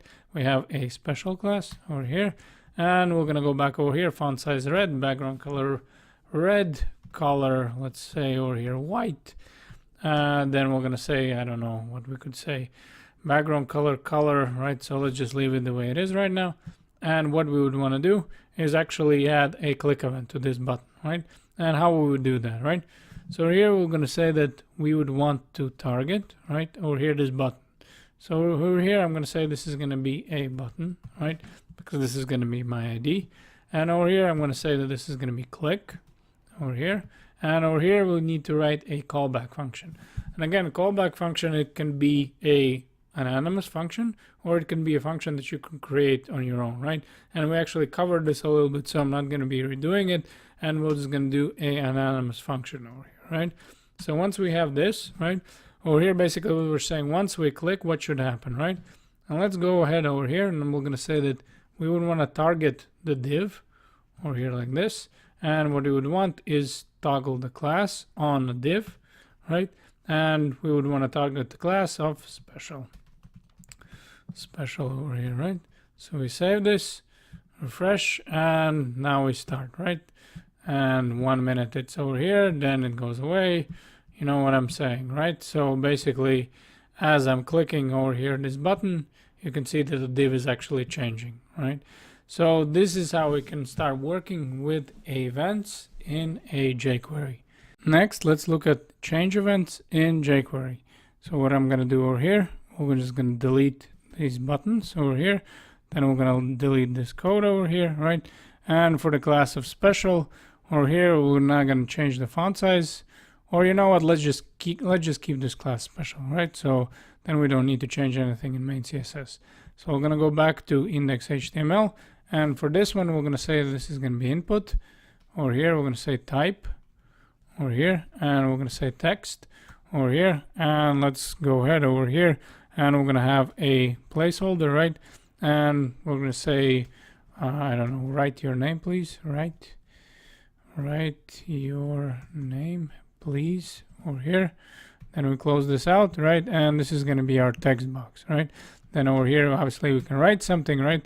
And this is going to be our input. Then over here, what we're going to do is we're going to say also this is going to have an ID, right? Let's say over here, this is going to have an ID of, I don't know, name, right? So we're going to say name over here like this. And then let's create some more, right? So let's just copy and paste this over here, 2, 3. So over here, we're going to say this is going to be, I don't know, also this is going to be text. This is going to be last name, and placeholder will write your last name, please. Over here, last name. And then the last one, we're going to do a telephone, right? So we're going to write over here tel, and this is going to be phone, right? So phone over here, and then we're going to say write your over here phone, please, right? And maybe let's do one more, just so we are already in a groove. So this is going to be last input, and this is going to be email, right? So we're going to say email, and the ID is going to be email over here. And then we have a write your email, please, right? And then we have a couple of options, right? We can go back over here and we can add a class to all of them, right? The same class, or we can just select them by grouping them, right? So over here, what I'm going to say that this is going to be a grouping, right? So I'm going to say that this is going to be a $, right? And then I'm just going to write a IDs, right? So over here, this is going to be ID of name. Then the last guy is going to be last name. Then over here, we're going to say that this is going to be a phone, and this guy is going to be a email, right? So basically, we're targeting all IDs. And again, we could have just written one over here class, and this would probably be much better, right? But let's just remember that we can actually also group them, right? And what we're saying over here is a change function, right? Over here like this. So basically, what I'm saying is that if anything over here changes, something should happen, right? So what we're going to do over here, this is going to work the same as with a click event, right? We had a function, right? This is going to be a callback function. Over here, this is going to be a actual function, right? What we're saying over here, again, this is going to be an anonymous function, right? So maybe in order to see it better, we're going to have a line breaks over here a little bit, right? So over here like this, over here like this, right? So we're going to have 4 line breaks, and you can see that it looks as bad as always, right? So let's make maybe one more so we can see a little bit better, right? So now we have 3 of them, well, 4 of them. And over here, what we would want to say that once it changes, what should happen, right? So over here, first of all, what we're going to say that this is going to be a this, right? Over here, we're going to say this, and then we're just going to add the class, right? So we're going to say add over here class, and what would be the class? This would be special, right? So we're going to say special over here like this, and once we save it, you can see that as I'm clicking, nothing happens, right? But what if I change over here and I'm going to say John, right? You can see that now we added the class. Then I'm going to say coding addict over here, right? Then we're going to have a phone. Is it phone? Yeah, that's phone. 333, right? Again, change. And the last one is going to be coding, I don't know, addict at something, right? Again, changed it, and you can see how it's working. So this is how we can work with a change event in a jQuery. After we have learned a change event over here, let's just delete this guy over here, and let's work over here with a hover event. And that actually is going to be very similar to what I already know with CSS. So here I'm going to delete these, and let's just say a simple div. And over here, we're going to say have an ID again of main. Over here, like this, we're going to say ID of main, right? And we're going to say over here, hover over me, right? We're going to say hover over me over here like this. And then what we need to do is actually select this div and add a hover event, right? So over here, we're going to say that this is going to be a $sign over here. Then we're going to say this is going to be the main, right? And an ID of main. Then next thing we're going to say that this is going to be hover. And once we're hovering, what should happen over here, right? So then we're going to have a callback function over here like this. Then we're going to have over here a curly brackets. And then over here, we're going to say, let's say alert, right? And we're going to say, you just hovered over me. You just hovered over me, right? Let's say like this, right? So what happens is, as I'm going over here, you can see that I have alert, you just hovered over me, right? And the reason why it actually happens twice, because as we're actually entering with the mouse, and it's the first time it happens, then we cancel it, and then it shoots the second time, right? Now, obviously, this alert is the most simplest example. We can also do the same thing, right? Where we can go with a main and hover, and over here, we're going to write that this is going to again be this over here. And let's say again, we're just going to add the class, right? So we're going to say this. And for this one, we're going to say add class. And I think we still should have a special, right? So we're going to say special over here like this, save it. And once we refresh, right, you can see that over here, this one is hovering. And now we added the class, right? And now it keeps firing event because I keep hovering over this one, right? So this is how we can use a hover event in a jQuery. And now let's look at mouse events in jQuery. So here again, we're still going to have the same div, right? And over here, what we're going to say that we will be targeting this div over here like this. We're going to say with a hashtag main over here, and we're going to say mouse. And over here, we have mouse down, mouse enter, mouse leave, mouse move. And I mean, we're not going to be covering all of them. We're just going to look at mouse enter, mouse leave. So we're here in mouse enter. Right, this is going to be the same thing. We would need a callback function over here like this, and this is going to be anonymous. And then over here, we're going to say that, let's say for this, right, which is going to be this element, over here this, and we're going to say over here CSS, right, and let's say over here that this would have a color, right, and let's say over here green over here, right, and then we can right away chain the actual mouse over here enter, and then we have mouse leave, right? So over here mouse leave, let's say that over here this would be, let's say, blue, right? So again, we're going to do the same thing. We can just copy and paste this function that we had over here, and we can just copy it over here and paste it, and then we're going to change the color, let's say, to blue over here like this. And what's happening over here, you can see that as I'm hovering over, right, this is going to be actually green. As I hover away, right, as my mouse leaves, this is actually going to be turning blue. Now there's also an option that we can actually work with on function. So let me delete this over here and let me show you how this would work, right? So over here again, we're going to select the ID of main. So I'm going to say over here hashtag main, right? And then I'm going to say on, right? And over here for the on, over here we're going to create a string, and this is where we would write the actual functions, right? So over here we have click, right? Then another one we would be having is mouse over here, enter, right? And then we'll have mouse leave, and then we had hover right over here. Let me just double check that actually I am writing correctly, mouse, right? So mouse enter, mouse leave. So mouse enter, this one is correctly, yeah. Mouse enter with 2 E's, right? And then over here, this is where we would write the actual function, right? So we're gonna go over here and we would say function over here. And then we'll need to place a comma over here, right? And this again, we're gonna create a anonymous function, right? And then let's see what happens, right? So let's say again, we're gonna use a background color, right? So we're gonna say over here this, over here this, and then we're gonna use a CSS, and over here this is gonna be background, right? Color, and let's say this is gonna be red. So I'm gonna go over here. I'm gonna say red, right? Now that we have written this on function, you can see how it works, right? So here we have a function on, and then we can over here write whatever we would want for the event, right? And then over here, this is going to be the function that we would want to actually perform.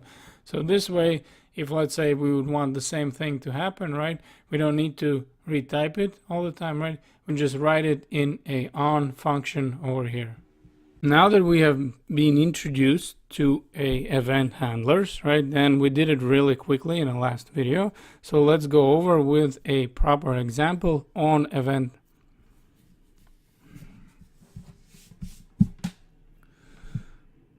Now that we have been introduced to a event handlers, let's go ahead and let's actually explore them in further detail with an example. So here again, we're going to create a div, and I'm going to say that this is going to be ID over here of main, over here like this, right? And over here, I'm going to say that, hey, I am main div, right? So something like this. Then we're going to go to a CSS over here, and then we're going to say that this is going to be the class, and over here, the class is going to be, let's say, change, right? So this is going to be our class, and then we need actually curly brackets over here, right? And over here, we're going to first say that this is going to be a font size. Font size is going to be 40. Then the color, let's say this is going to be blue. And then the background color is going to be, let's say, red. Right? So very basic changes, right? But let's go back to index.html and let's go to our script tags, right? And first, let's assign this to a variable, right? So I'm going to say that over here, let, right? And I'm going to say this is going to be main div over here like this, and I'm going to say that this is going to be equal to a $sign over here like this, and then I'm going to say a hashtag, and over here I'm going to target the ID of main, right? So I'm going to say over here, right? So once we have this, let's actually attach a event handler, and again we're going to start with a on. So what I'm going to say over here, that I'm going to say main div, right? So we already see that we're using this variable. Then over here, we're going to say that this is going to be on, right? And then over here, we need to have the events, and then there's going to be actual function, right? So over here, I'm going to say the events was going to be mouse over here over, right? And then it's going to be mouse leave over here like this, right? And then over here, we need to write a function.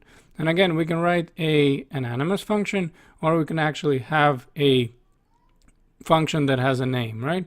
So over here, what we're going to say that this is going to be a function that we're going to have a name, right?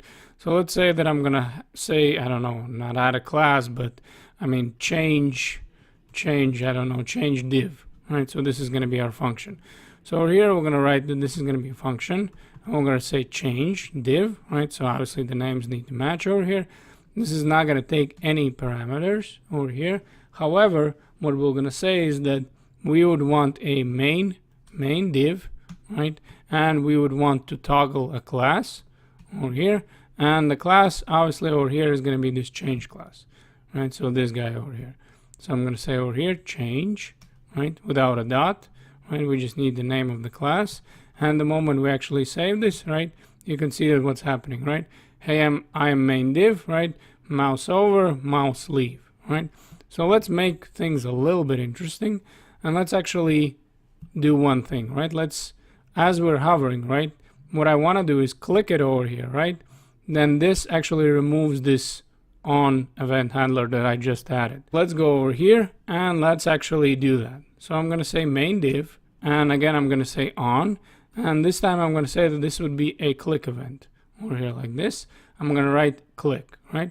And then over here we're going to have a anonymous function, right? So I'm going to place a comma again, and I'm going to write function, and this is going to have no parameters over here like this. And then what we're going to do is we're going to write over here what should happen, right? And the first thing what should happen, I'm going to say main div, and I'm going to say that off over here like this, right? So what I'm saying is that once this is going to be clicked, right, I would want to turn off these two events, right? And this would be mouse over and mouse leave, right?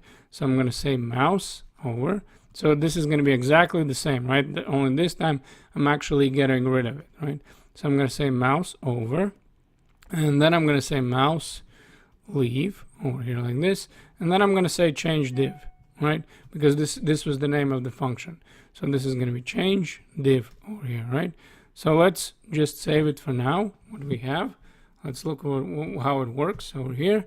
So if we save this, right, as you can see, as I'm actually hovering, right, you can see that it's changing. But once I click it, you can see that it stays like this, right? So now I would want to do two things, right? First, I would want to add that I'm actually would want to change some text or something inside, right? So I'm going to say main over here, div over here, and then I'm going to say HTML over here. And then I'm going to say, hey, I was clicked over here like this, right? So let's see how this one works, right? So again, if we refresh, you can see that as I'm hovering, it's working. However, as I clicked it, you can see that I say, hey, I was clicked. And now the last thing, actually, let's remove the actual class, because you can see that we actually turn off the events right over here. However, the result of the events still actually stayed over here. So I'm going to go back over here, and what I'm going to say that this is going to be main div over here, and I'm going to say I would want to actually remove the class, and the class is going to be obviously change, right? Because that was the class that we actually added over here, right? So what we're going to do is we're going to save this, and again we're going to refresh.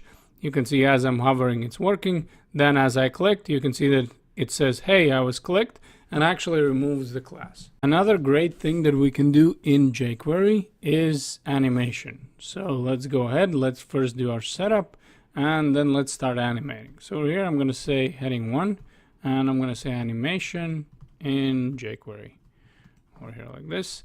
Then we're going to create a button over here. I'm going to say button. Then we're going to have a type over here, and we're going to say button.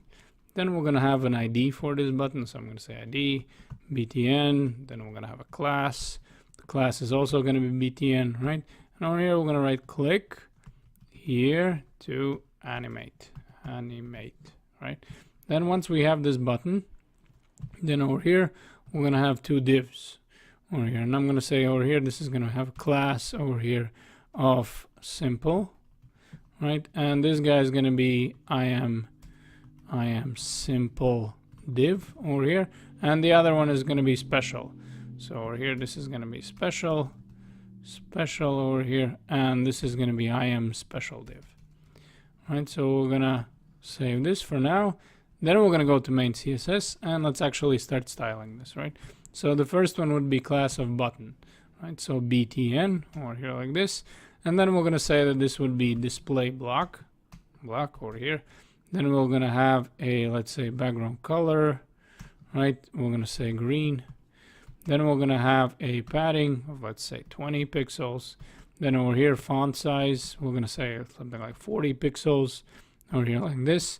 And then color is going to be white. So very straightforward, right? So now that we have the button, then over here, we want to style the div. So we'll start with a simple div, right? And for the simple div, which is going to be padding, something like 40 pixels all around, right? Background color, we're going to say red over here like this. Font size, again, we're going to do 40 pixels over here like this. And the color is going to be, let's say, I don't know, blue right? So something like this. And then for the special div, so this is going to be special over here. And then over here, we're going to say that width and height is going to be, I don't know, something like 300 pixels. Over here, height, 300 pixels. Then over here, we're going to say background color. This is going to be yellow. Over here like this. And over here, font size also is going to be something like 40 pixels, right? So over here, now we have these divs, right? So we have a button, we have two divs, right? And just to skip a little bit ahead, we're going to say this is going to be class of hide. And let's say we're going to say display none over here, right? And as we know from already jQuery, what we have covered, right?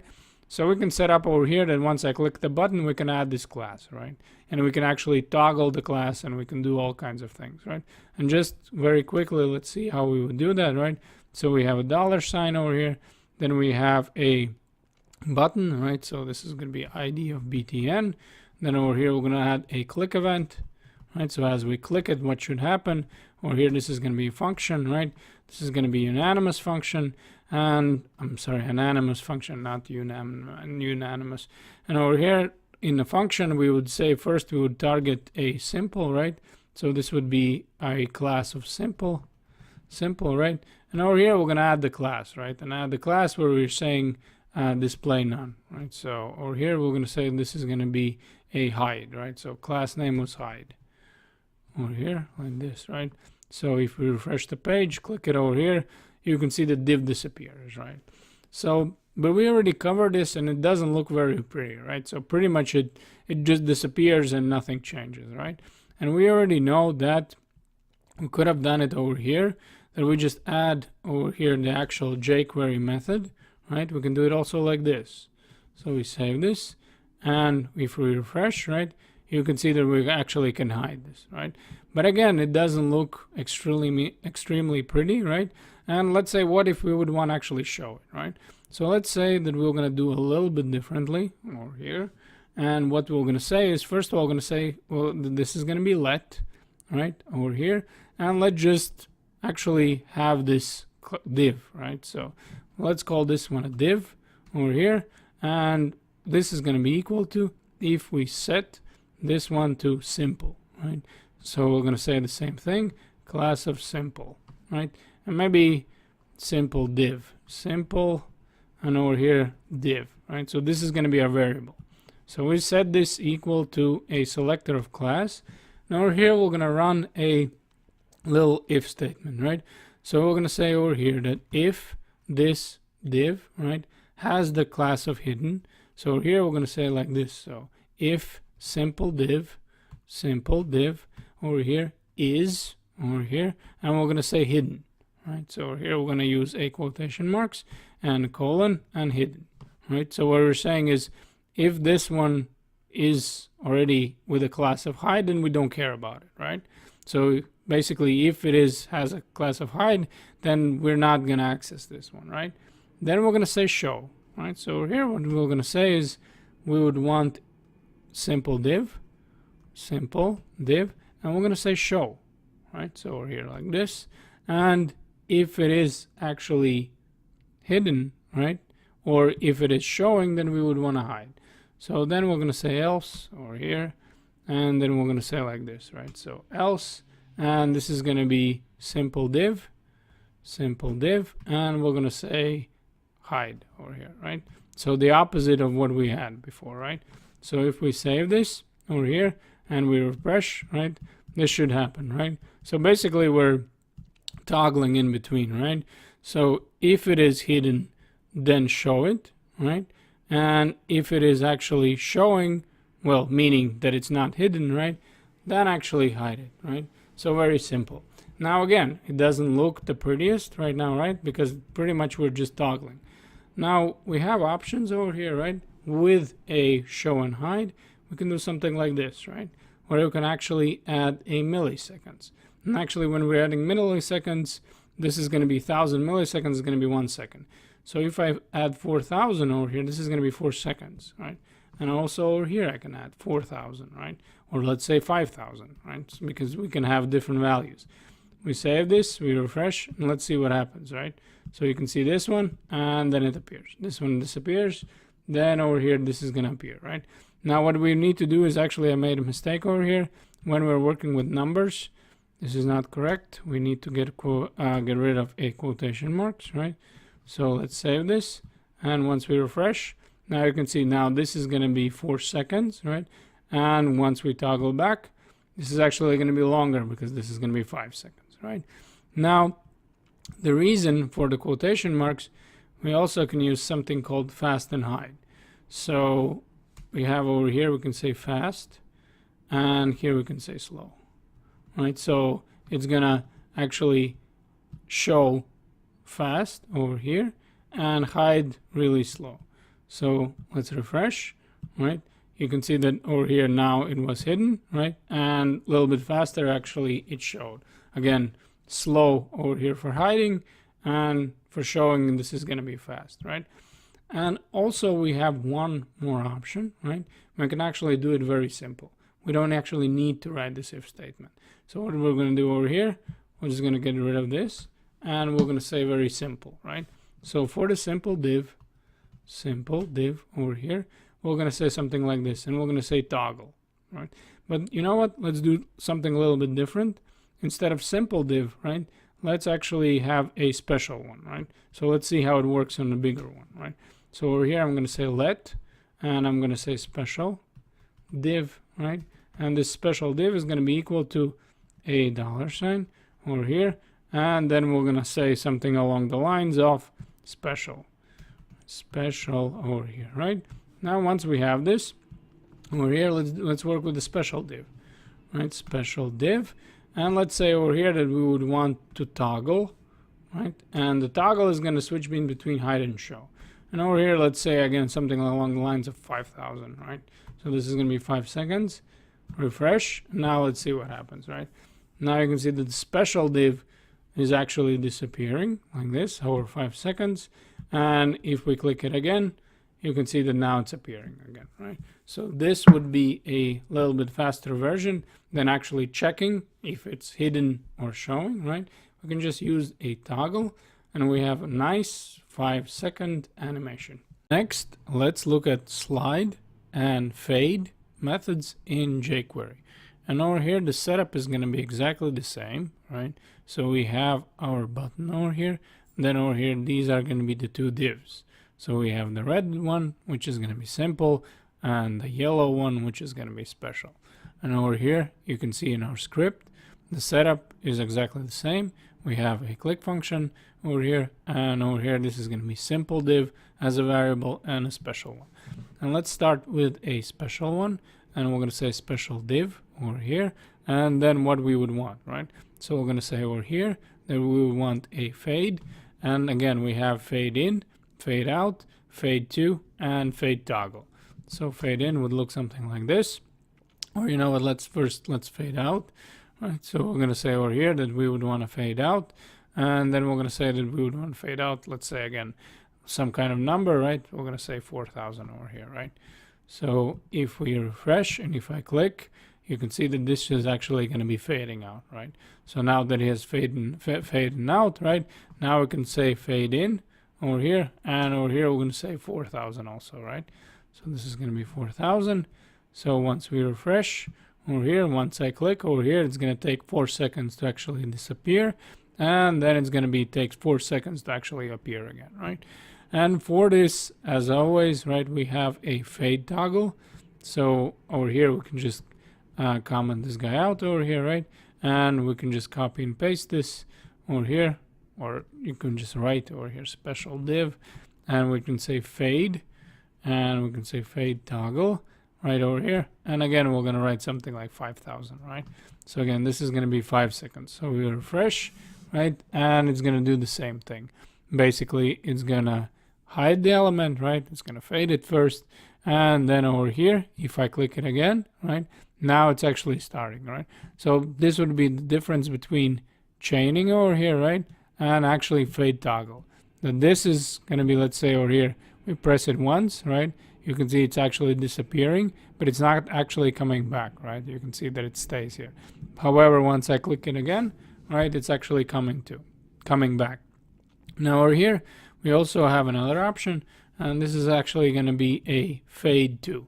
So if I'm going to write over here special div, and I'm going to say over here fade, and I'm going to say fade to, and over here we're going to say what kind of opacity, right? So over here, if I'm going to say that this should be, let's say again, let's say 3000, right? So it's not that long. And over here, the second value is actually going to be opacity. So I place a comma, and let's say over here we're going to say 0.3. All right, over here like this. We save this, we refresh, and now you can see that our special div is going to go all the way to 0.3, right? So this would how we would use a fade to. And now let's look at the sliding one, right, with a simple div. So over here, let's go all the way down over here, and I'm going to say simple over here, simple div, right?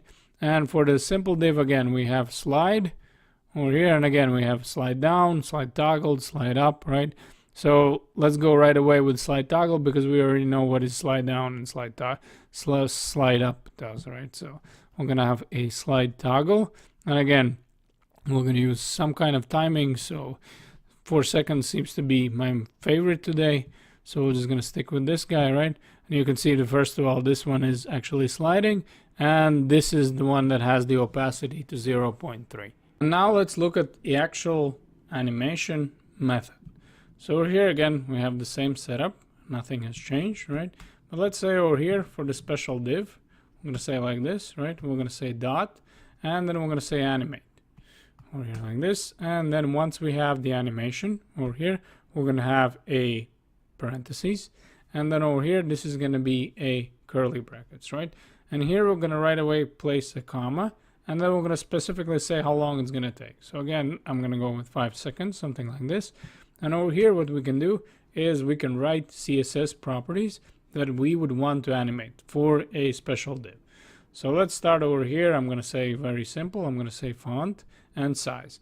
But the thing is over here, since we're working in a object notation, right, we need to have a font size, right? We cannot write something like this, right?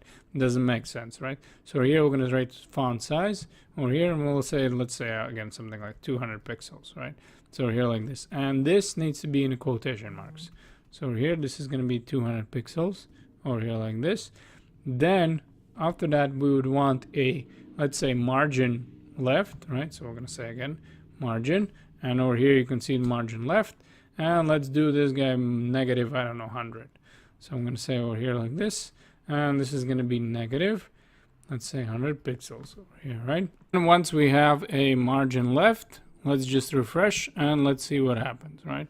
So now you can see that I have a margin going, right? And the font size over here is getting to 200, right? And obviously over here we can just add whatever properties we would want for the CSS and for the values. And this is how we can work with jQuery's Animate method. And now let's start covering very interesting subject called Ajax in jQuery.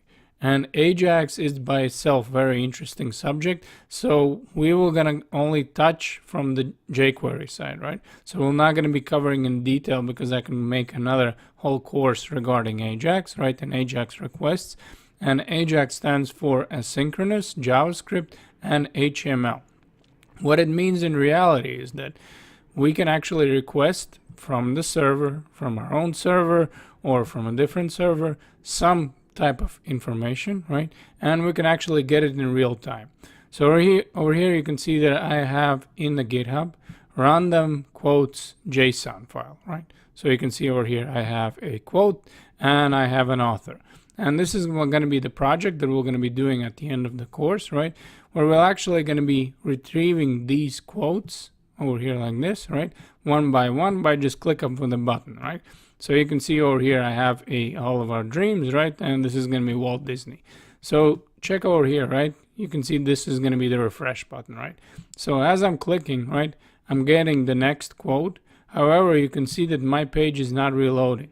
Basically, everything happens in real time. So whoever is visiting the site, right, or let's say in this case you, right, you can get this information without actually reloading the page.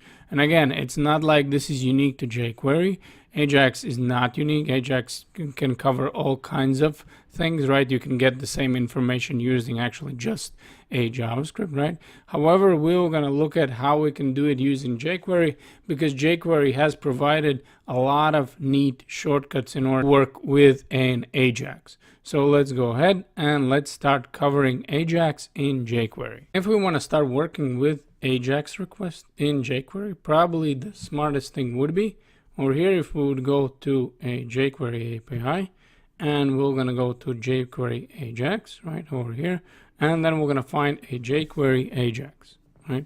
Because this is going to be a main function that we're going to look at, and then we're going to look at shortcuts, right? But it is better if we actually understand how this function or method works, right? And then it's going to be much more easier to work with a shortcuts, right? So here you can see that we have a syntax, right? And basically what it is that we have jQuery Ajax, right? And then over here we have a settings, right? And settings are pretty much properties, right? Of how we would wanna, or whether, you know, we would wanna get data, right? And again, you can see that there's gonna be a lot of these properties, right? And obviously we're not gonna cover all of them, and we're not gonna go into huge detail on all of them, right? We're just gonna work with our examples, right? But I'm just showing you that if you want to actually explore it in further detail, this would be the place to be, right? So let's go back over here to our HTML and let's start working over here, right? So what we would want to do first is we would want to create some type of file that we are actually retrieving, right? So I'm going to say simple over here text, right? So save this guy over here, and then I'm going to say hello world, and over here we're going to say hello world, right? So hello world, hello world, right?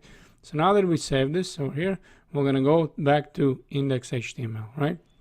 And over here we're going to have a div, right? We're going to say div, and over here I'm going to say that this is information back from server, right? So this is what we're getting back from server.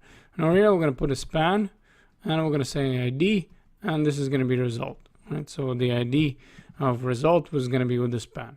So then we're going to go over here, and then we're going to say $ Ajax, right? Then we're going to have parentheses, then we're going to have curly brackets, right? And the first property that we're going to look at is going to be URL, right? And URL basically means where we're getting this from, right? So obviously, if we're going to be working later on with this guy, right, from the actual GitHub, right, this is going to be the URL where we're getting from, right? Since we're working over here in the same folder, it's going to be very simple, right? This is going to be quotation marks, and we're going to say simple text over here, right? And then over here, what we would want is actually a data type, right? So over here, we're going to say data type over here, right? And over here, we're going to say this is going to be text, right? And just to show you where I'm getting this from again, right? That I'm not making this up. Let's find where is D, right? And you can see data type over here, and you can see that this is going to be the text, right? Then after that, we would want a method, right? And we're going to say method. And over here, we have two options. We have get and post, right? And get actually is by default set right away, right? But I just wanted to show you the method that if you want to post something, so let's say we're going to have an inbox, right? Or input, right? Since somebody comes there and sends some kind of information, right? He submits the information. Then your Ajax request is going to have post, not get, right? But get is by default. And then over here, we're going to have two functions. And one is going to be for success, and the other one is going to be for error, right? Because there's going to be cases where obviously something fails, right? So we're going to have success over here, and we'll need to place a comma over here like this, right? And for the success, we're going to say that this is going to be function got data, over here like this. And for error, we're going to have something, right? And for error, we're going to say no data, right? And we can also write over here anonymous functions, right? But let's stay consistent, and this way we can actually see what's happening one by one, right? Line by line. So here we're going to have a function over here, and we're going to say got, and we're going to say data, right? So now that we have this guy over here, we have a function got data.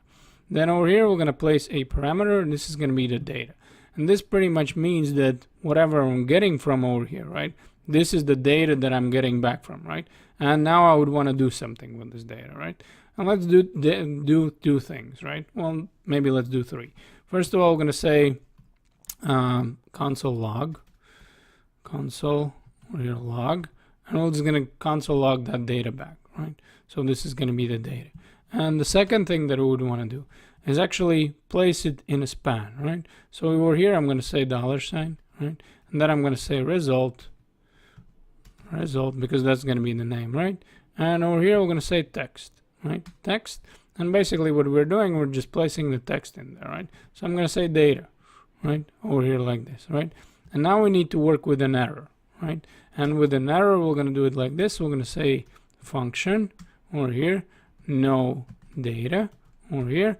And over here, we're going to put a H over here. I'm sorry, XHR over here like this. And then we're going to say console log over here. And we're just going to console log the HAR, right? This is just, I want to show you the object that we're actually getting, right? And over here, we're going to say an alert. And alert is going to say, sorry, something failed, right? Something failed, right? Let's not go into specifics yet, right? What failed and everything, right? So once we save this, this is what we're getting back over here, right? So we have a hello world right away, right? And over here, this is, we can have also hello world over here like this, right?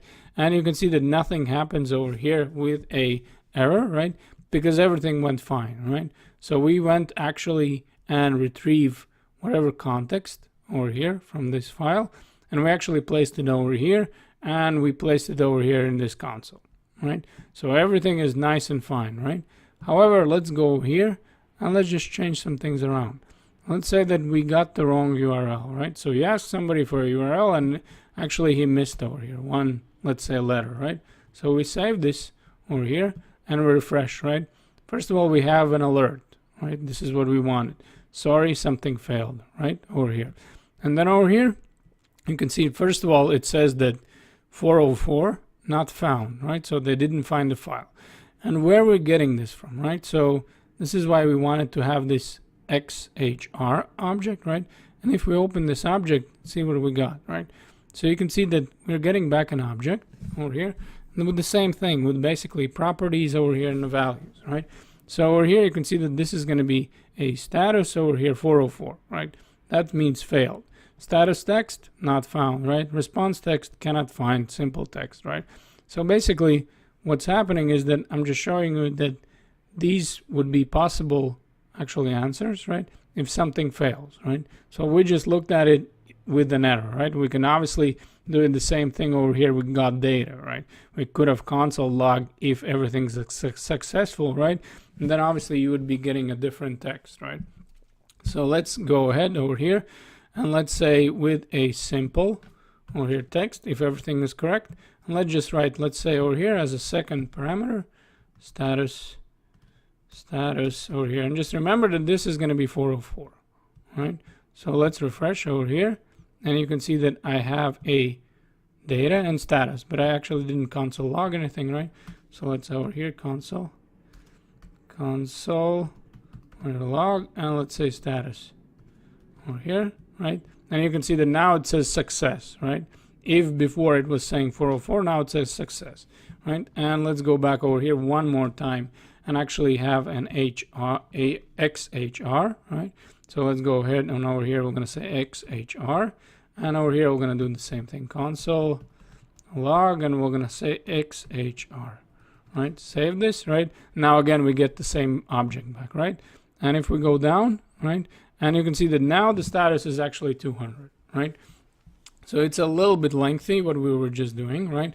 But I just want to show you that the things that actually, when the errors are being thrown, right, they're not throwing you out of the box, right? They're just not saying you like randomly just giving you something, right?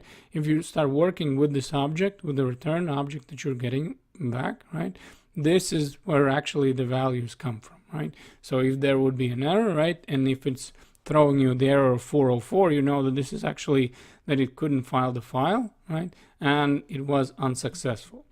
Now there's one more thing that I would want to show you regarding over here this Ajax and jQuery, right? So what's happening is that if we're working over here in a live preview, everything is great, right? Everything works. We're getting back our information and life is great, right? However, if we're going to go back over here and actually open our folder, right, with the browser right away, not in a live preview, right? Let's go over here and let's say over here, you can see that this is going to say sorry and something failed, because actually if we want to work on our own machine, right, or on our own computer over here, right, so you can see that this is going to be a cross origin requests are only supported by protocol schemes, right? So basically what's happening is that we would need something like Apache or Node.js, right, where we actually have our local server, right, and we're actually providing to the browser, right? Because if you're going to be trying to make the file, then do the Ajax request and then open with the same browser, this is not going to work, right? Therefore, actually I created this quotes, right? And after that, we're going to be working with the shortcuts. We're actually going to be using these ones, right? Because this is where we're actually going to a different server and actually are requesting this information.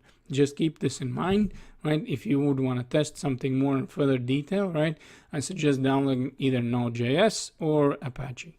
Now let's look at a shorthand load method. And as always, the first thing that I would want to do is actually go to a Ajax, right, to the actual jQuery API. Then we go to shorthand methods over here, right? And you can see over here, all the way in the bottom, this is going to be the load, right?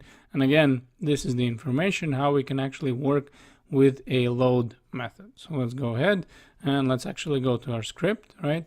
And over here, we're going to do it a little bit differently, right? So here, first one, we can just say that this is going to be, again, $. Over here, quotation marks, hashtag, and result, right? So we type this over here and we just say simply load over here. And this is where we would actually write where we are loading it from, right? So if I'm just going to say over here that this is going to be simple text over here, let's see what happens, right? We refresh, you can see that right away we have a hello world, right? So again, this would be a shorthand method, right? Because what's happening, some properties already right away preset, right? So we don't need to overthink it, right? Which method, which whatever, right? Only thing we write over here is URL and we're done, right? But obviously we would want to actually check, let's say if this would be an error, right? Because again, everything went fine right now, but let's say again, we do something like this, right? We just erase the last letter, right? And you see what happens, right? So here, this is going to be found, right? But let's just go ahead and let's actually see why this is happening, right? So let's say again over here, we're going to say this is going to be simple text, right? And after that, what we would want to do is actually have a callback function, right? So over here, what we're going to say, this is going to be a comma, right? Then we're going to say a function over here, right? And then we're going to have a response over here. Then we're going to have a status over here. And then the last one is going to be XHR, right? So once we have this as our parameters, we're going to place a curly brackets over here. And then over here, we're going to say that if over here, status over here. And if this is going to be equal over here to an error over here like this, then something should happen, right? So first of all, we're going to say that there's going to be alert over here. And we're going to say that alert is going to say, I don't know, sorry, right? Sorry, something went wrong over here. And then we're just going to add the statuses, right? So what I'm going to say that there's going to be a colon over here, right? And then we're going to have a plus sign over here like this. And then this is going to be XHR over here. We're going to say status over here. And then we're going to have another addition, right? And then we're going to have, well, let's say, you know what, let's just have some space in between, right? And then we're going to have over here HAR, right? And we're going to say status text, right? So this is going to be status text. And you already know where we're getting those properties from, right? So again, let's just change this simple over here, right? And once we refresh, you can see that we have sorry, something went wrong, and 404, right? This is going to be the status. And over here, we're saying not found, right? Now, if everything is correct, right? Over here, we're going to say else, right? If everything is correct, let's say we're going to console log over here, and we're going to say you are a maniac, right? So you are a maniac, right? So we can go ahead over here, and we have simple text over here, and we refresh, right? Sure enough, first of all, we have a load over here, and then over here in the console log, this is going to be you are a maniac. And now let's look at our next method, and that's going to be get JSON. Now, before we actually talk about what is get JSON, right, and how we can work with get JSON, let's understand what is actual JSON, right? So JSON we can write like this, right? And this is actually a data type, right? And if we're familiar over here with a JavaScript objects, so let's say over here I would write that this is going to be an object, like so obj over here like this, right? And then obviously what we're going to write over here, this is going to be name over here, and then we're going to have, let's say over here, coding, right? And then next thing is going to be last name. This is going to be addict, right? Last name over here, right? And over here, this is going to be addict, right? So if we have a simple JavaScript object over here, right? And we know that we can add methods over here, or we can actually place our arrays, right? We can do all kinds of stuff, right? So if this is regular JavaScript object, how would a JSON look like, right? So over here, what we're going to do, well, first of all, we need assignment over here, right? Over here, if we would copy and paste this, right? And over here, we're going to write that this is going to be JSON object, right? So over here, we're going to say this is going to be JSON. I'm just going to write it like this, JSON, right? How JSON would look like?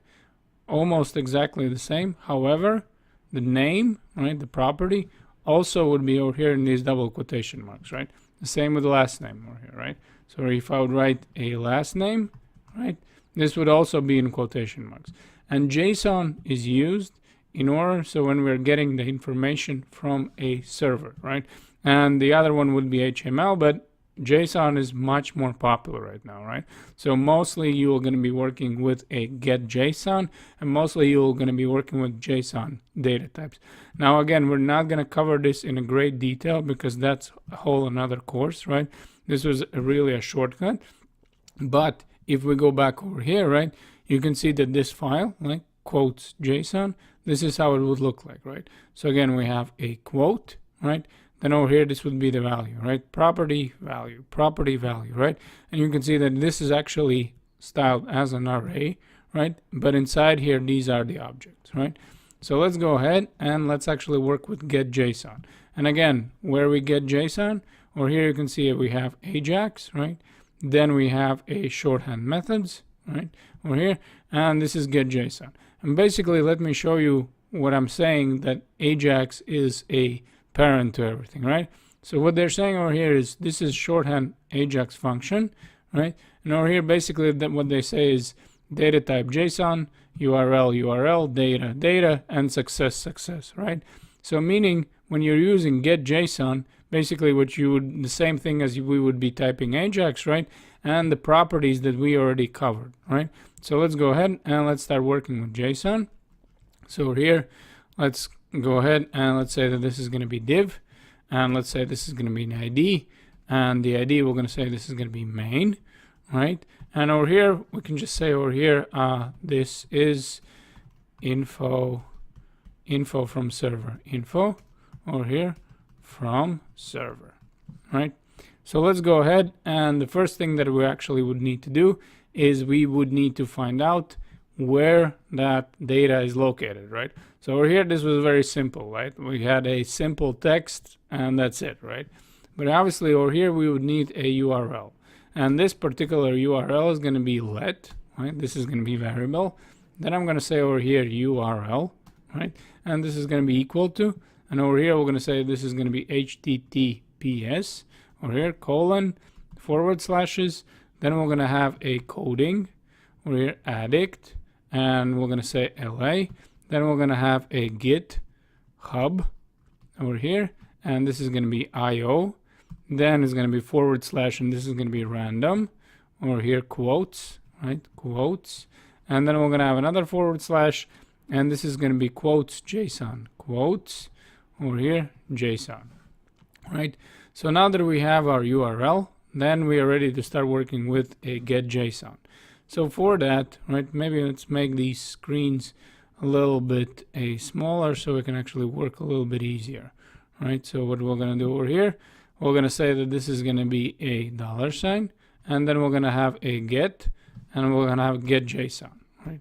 And over here, the first thing that we're going to write is going to be URL, right? This is going to be our variable. And over here, we're going to have a callback function, right? And over here, again, we can write an anonymous function, right? Or we can have the actual name function. So let's name function. And over here, we're going to say got data, right? So this is going to be our function. So over here, what we're going to say is going to be got data, right? And this is going to be a function. So over here, we're going to write function, right? Got data. And over here, we're going to write that this would be a data, right? So obviously over here, I'm going to write data, and this would be the data that we're getting back from, right? And over here in a curly brackets, let's start very simple, right? And let's say console log, and we're going to say data, right? So something like this over here. And now you can see what happens, right? Once I refresh the page in the console log, this is what you should be looking at, right? So you can see that these are actually going to be an array, right? And this is going to be 10 objects over here like this, right? So there's going to be quote, and there's going to be an author, right? So far so good, right? The moment we actually got our information back, right?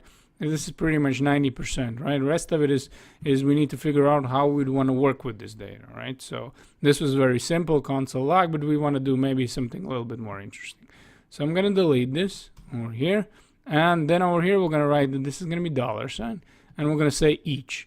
And if you remember each previously, right, what we had a selector, right, and then we said each, right? So we already had some type of format of information that we were working with, right?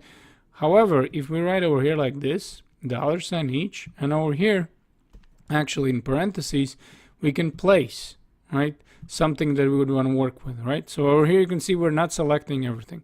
What I'm saying is I would want to work with each, right? But over here as an input, this would be the data. And this is the same data that I'm getting back on, right? So basically my first parameter, my first argument is going to be over here, this data, right? And this could be a regular array, right? So when we're going to be working, I don't know, in general, right? We could place an array over here if we don't want to select this, right? But this is how we can work with each, right? So in this case, we're placing the data that we're getting back from the server, right? And over here, again, we're going to have a function, right? And again, we can name this function, right? So let's say work data, right? So work data over here, right? So this is going to be our function. And the reason why we're naming them, right? So then it's going to be easier for us as we're looking back, we can see what's happening, right? If we're just going to continue writing anonymous functions, right? Eventually, it's just going to get really, really confusing and really fast, right? So here again, this is going to be the first input, right? This is the same as this. And over here, this is going to be our function. And what is going to be our function? So function, over here, we're going to write function. And then we're going to say work data, right? And I'm sorry for my stupid names, right? I'm not really, really good at it, right? But I'm trying to explain to you where we're getting this from. So again, the names are not the best. I understand that, but let's just work in what we have, right? And if we remember with each, right, we had two things that we could actually have, right? One was index, right? And the other one was actually what we're working with, right? So here, if this was the data, right? And this is over here going to be placed in the each, right? So what's happening is as you're going over and working with each, right? So what I'm saying is every time that I'm going to be going through this, right? This is going to be a single element over here, right? So this object, right, with a quote, with the other is going to be one single element. Then we're going to switch to the second one, right? Then to the third one, right? So each is not going to be quote and author, right? This is going to be one single thing. So over here, when you're saying each, you mean that we're talking about the whole object, right? So what I'm going to say over here is that over here, this is going to be a data set, right? So I'm going to call this a data set, right? Then once we have this over here as our parameters, then we'll have a curly brackets, And then this is what we're going to say. So we're going to say that we would want to target over here an ID of main, right? So over here, I'm going to say ID of main, right? So now we're targeting the main, right? And I'm going to say append, right? So I would want add something, right? And over here, I'm going to say that this would be a, first of all, this is going to be div, right? Then I'm going to use the class that we had a few videos ago, right? This class, the change class, right? So what we're going to say, this is going to be class, and we're going to say change, right? So first of all, this div, whatever we're going to be adding is going to be with the class of change. And then over here, we're going to say, right? So we're going to have over here, well, first of all, you can see that I made a mistake, right? So if I want to add something, I need to have double quotation marks over here. And if I'm done, right? So the single quotation mark over here, right? So don't mix and match them, right? Because otherwise you're going to get an error, right? And over here, what I'm going to say that this is going to be, let's say over here, this data set, right? So I'm going to say data, and I'm going to say set over here. You can see that it already reads that this is going to be a variable, right? And I'm going to say author, right? And where I'm getting this from, right? And like I said, we're working with this array, right? And once we're getting the first, let's say, object, right? I'm saying I want to pull out only this author, right? This is the only thing that I want to pull out. That's why when I'm saying this data set and then over here author, right? And then I'm going to say that author, and over here I'm going to add some text, right? And let's say that I'm going to say that this is author, right? So I'm going to say, let's say first author Coco Chanel, right? Is the author, and I'm going to say number, and over here we're going to have a quotation mark, right? And over here let's add space, right? And I'm going to say adding index over here, and obviously now I would need to add my div, right? So I'm going to say over here, this is going to be my ending div over here like this, right? And I close a parentheses over here like this.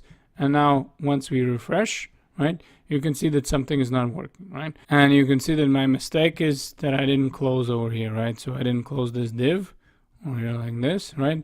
And now that we refresh, right, this is what we got, right? So if we go back over here, and let's say we're going to open this index HTML in our jQuery, right, over here like this, right? We open it up, this is what we have, right?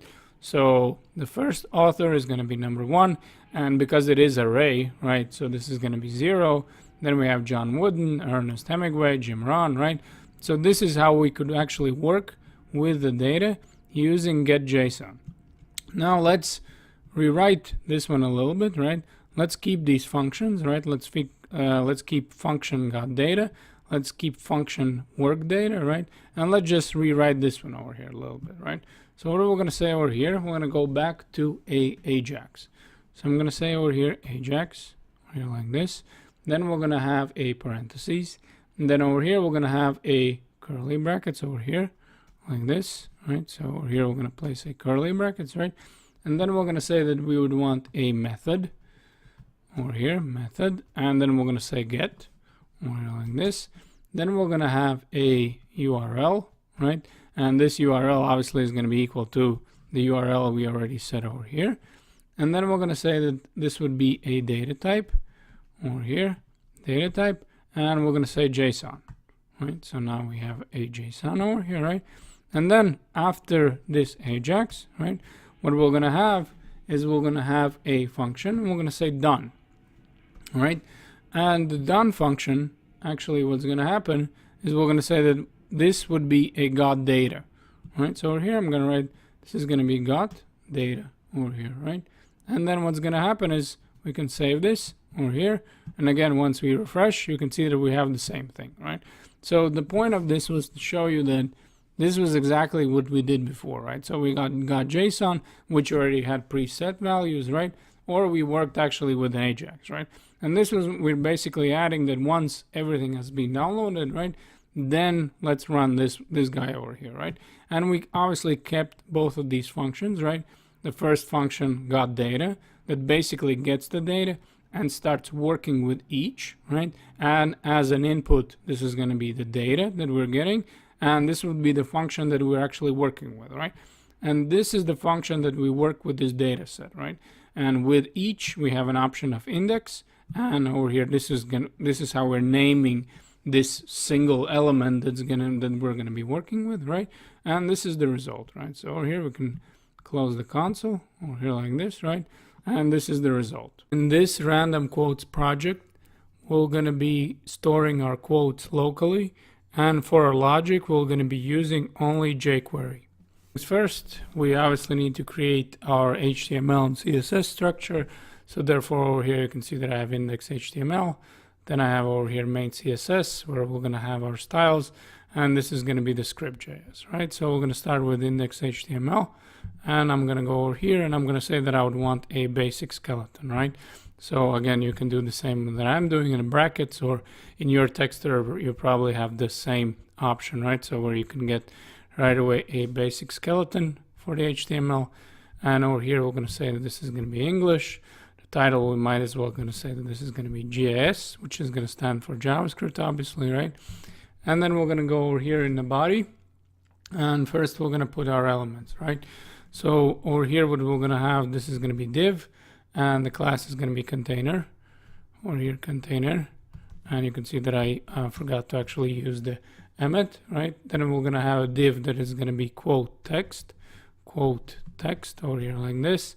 And then within this div, we're gonna have a heading 1, which is gonna have an ID of quote over here like this, right? Then I press the tab, and over here I'm gonna say that if you, right, would like over here to read a random quote over here, click the button, right? So this is, we're gonna button below, right? So this is gonna be our text, and then we're gonna have a paragraph, which is gonna have an ID of author. So I'm gonna write over here paragraph, and this is gonna be author here like this, and then we're gonna have a by coding addict in it, right? So over here we're gonna have a line, and then I'm gonna say by coding addict over here like this. And then once this div is over, right? So once we have worked in this div, still in the container, we're gonna add a button over here.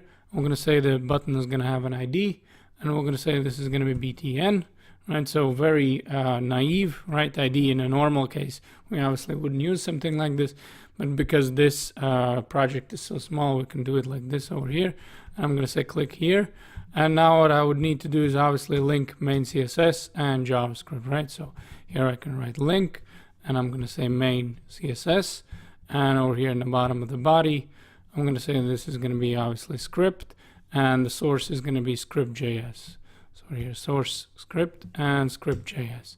So now that we're done with the HTML, we can go ahead and go to main CSS, right? So I'm going to go to main CSS, and we're going to start applying rules, right?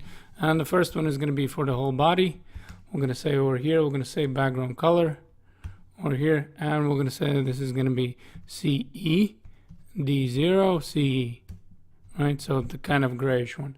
Then we're going to have min height, and this is going to be 100 viewports. Then we're going to have a text align, and we're going to say this is center.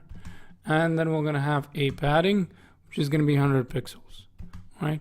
And then after that, we're going to have a rule for the actual container over here. And we're going to say that the background color is going to be actually white over here. And then we're going to have a width, and we're going to set it actually to 80 viewports over here like this. And then we're going to have a padding of 40 pixels. And then we're going to have a height, and the height is going to be 35 viewports, right? So over here, height is going to be view height, something like this. So that one is going to be 35. And then we're going to have a border, and we're going to say border left, and this is going to be 3 pixels solid. And we're going to say this is going to be the orange one, 15F205, right? So over here, then we're going to have a quote text over here, quote. I'm going to say text, and the min height is going to be 20, right? So we're going to say min height and 20 view heights over here like this. And then we're going to have a actual container, and container heading 1, right? So I'm going to write container and heading 1. And over here, we're going to write that this is going to be font size over here, and we're going to say 50 pixels. And over here, we're going to say this is going to be text align left. Text align not center. We're going to say left over here. And then we're going to have the actual paragraph over here like this. And we're going to say container over here, paragraph. And over here, we're going to have text transform property. So I'm going to say text transform. And we're going to say capitalize. Then we're going to have a color. And over here, the color again is going to be CED0CE, right? So something like this. Then we're going to have a text align right. Then we're going to have font style italic, right? Style. Over here, not stretch, actually style. We're going to say this is going to be italic. And then let's actually create a little bit more room so we can work over here. And once we have the italic, then we're going to have font size 30 pixels over here like this. And then we have two more rows, and this is going to be for the button, right? So over here, I'm going to say button. And over here, I'm going to say margin. Margin top is going to be 30 pixels over here. And then we're going to have a font size of 25 pixels. And then we're going to have a padding of 10 pixels and 20 pixels. And over here, background color is going to be black. So background color. And over here is 191716, right? And then we're going to have a color. And the color over here is going to be F15025, right? And then we'll have text transform to uppercase. Text transform to uppercase, right? So we're going to go over here and we're going to say uppercase. And once we have a button, now we need a button hover, right? So over here, I'm going to write hover over here.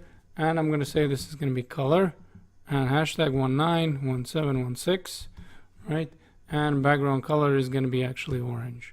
So here we're going to say that the background color is over here hashtag F15025, right? And now we can actually save this and check it out what we have without any logic, right? You can see the only thing we probably should fix over here, right? You can see that this button is not in our container. Right? And another thing we should change is actually a min height to 35. Right? So we're going to go back to container and we're going to give it a viewport of height of 55, right? So if I refresh over here, now we have 55. Now we're actually ready to go to our script JS over here and start applying the logic. Since we're going to be working with a jQuery, don't forget to include the CDN or download the jQuery, right? Or here you can see that I'm using a Google Developers where I'm getting my CDN, but obviously you can get it anywhere. And once we're sitting in our script file, you can see over here that I cheated a little bit, right? That you can see that I already created my quotes, and you can see that this is going to be an array, and this is going to have a 10 objects. But over here, I'm going to be using a JSON, right? So over here, you can see that my property and the value both are going to be double quotes. And I'm doing this just so we can get used to how to work with JSON, right? So here, once I have my quotes, right? My quotes array, then over here, we're going to go in the bottom and we're going to create our first variable, right? So over here, I'm going to say this is going to be const, and this is actually going to be a btn, and I'm going to use a $sign since we're using jQuery, right? And over here, I'm going to say this is going to be a targeting, and over here, I'm going to say this is going to be targeting ID btn, right? So this was an RD, right? So semicolon over here, and then we need actually add, as always, a event, right? So I'm going to say this is going to be a btn, $sign btn, and then we're going to write this is going to be click, and over here, then we're going to write a function, right? So over here, I'm going to say this is going to be anonymous, right? So function over here, and over here, we're going to write what is the function going to do, right? So over here, we can put a semicolon, and over here, I'm going to write that this is going to be let, and I'm going to say this is going to be number, right? And then we're going to say this is going to be math, and we're going to say floor, right? And over here, we're going to say this is going to be math random, and then it's going to be a multiplied by quotes length, right? So over here, we're going to say this is going to be quotes, and we're going to say length, right? So once we have this, then we can actually close this line, right? Because we don't need it anymore, right? Well, meaning we have finished, or here we can finish the statement. And then we're going to say that we would want target a quote. So here I'm going to say that I would want to target quote, or here like this. Then I'm going to say this is going to be HTML. And then we're going to say that over here we're going to have a span. So here I'm going to write this is going to be span, and over here this is going to be a double quote over here. And then we're going to have another span over here like this. And then we're going to have a actual value, right? So here I'm going to say this is going to be quotes, and we're going to say this is going to be number, right? So this is the same number that we're creating over here. And then we're going to say this is going to be quote, right? So now we're targeting the actual number, right? And then over here we're saying what would be the property that we're interested in. This would be the quote property. And now what we would need to do is just copy this guy, right? So I'm going to grab this one and I'm going to copy over here, copy and paste. And then once we have this, we would need a second one, right? So what I'm going to do over here, I'm going to grab the whole line and we're just going to copy this. And over here, we're going to say instead of quote, this is going to be author. And then there's going to be only one span. So we're going to change this one, right? So we can put 2 dashes over here. And then we can just delete this one, right? So we need only one span. And instead of quote, this is going to be author. So what we would need to do right now is actually save this, right? Save this JavaScript, and let's go ahead and let's have a look what we have accomplished. And when we go and look at our file, right, you can see over here that this is the quote, right? And as we're clicking, right, it's actually changing the value, right? So everything is working. Our script was correct. What is going on, guys? And welcome to our jQuery project. Over here, we're going to be creating a pass your message app, right? And we're going to be using jQuery for this. So here you can see that I have one box and the other one, right? And over here, I'm going to say that, let's say usual hello world, right? And this is coding addict over here. And then if I press over here to send, right? So now this is going to be displaying here. If I want to write a new message, right? Or clear this one, right? You can see that this one goes to clear and this one goes to message you would like to send, right? So very basic project, but we're just going to be getting used to a few things how to do over here with the jQuery. So I'm going to go over here to our setup, right? You can see that I have index.html. This is very basic. This is English over here. The title, I'm going to say this is going to be message app over here. And in a head, we're going to just link it, right, to our main CSS. I'm going to say link, and this is going to be over here main CSS. Then over here in a script, I have a jQuery. And over here, I'm just going to say this is going to be script over here, and we're going to link it to our main script.js, right? So over here, it's going to be source, and we're going to say this is going to be script.js, right?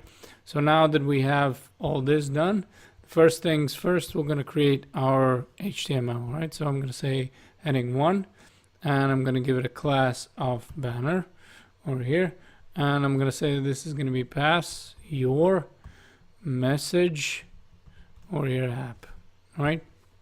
Then after that, we're going to have a heading 1, which is going to be right after. I'm going to say this is going to be message, and the message is going to be your delivered message here, right? So your delivered message here, right? So we have these two right now. Then we would want a input where we're going to be placing our text. So I'm going to write input and I'm going to press tab. This is going to be text. Then we're going to have an ID and we're going to set this ID to text. Then we're going to have a placeholder over here. And the placeholder is going to be a message you would like to send. Message you would like to send over here.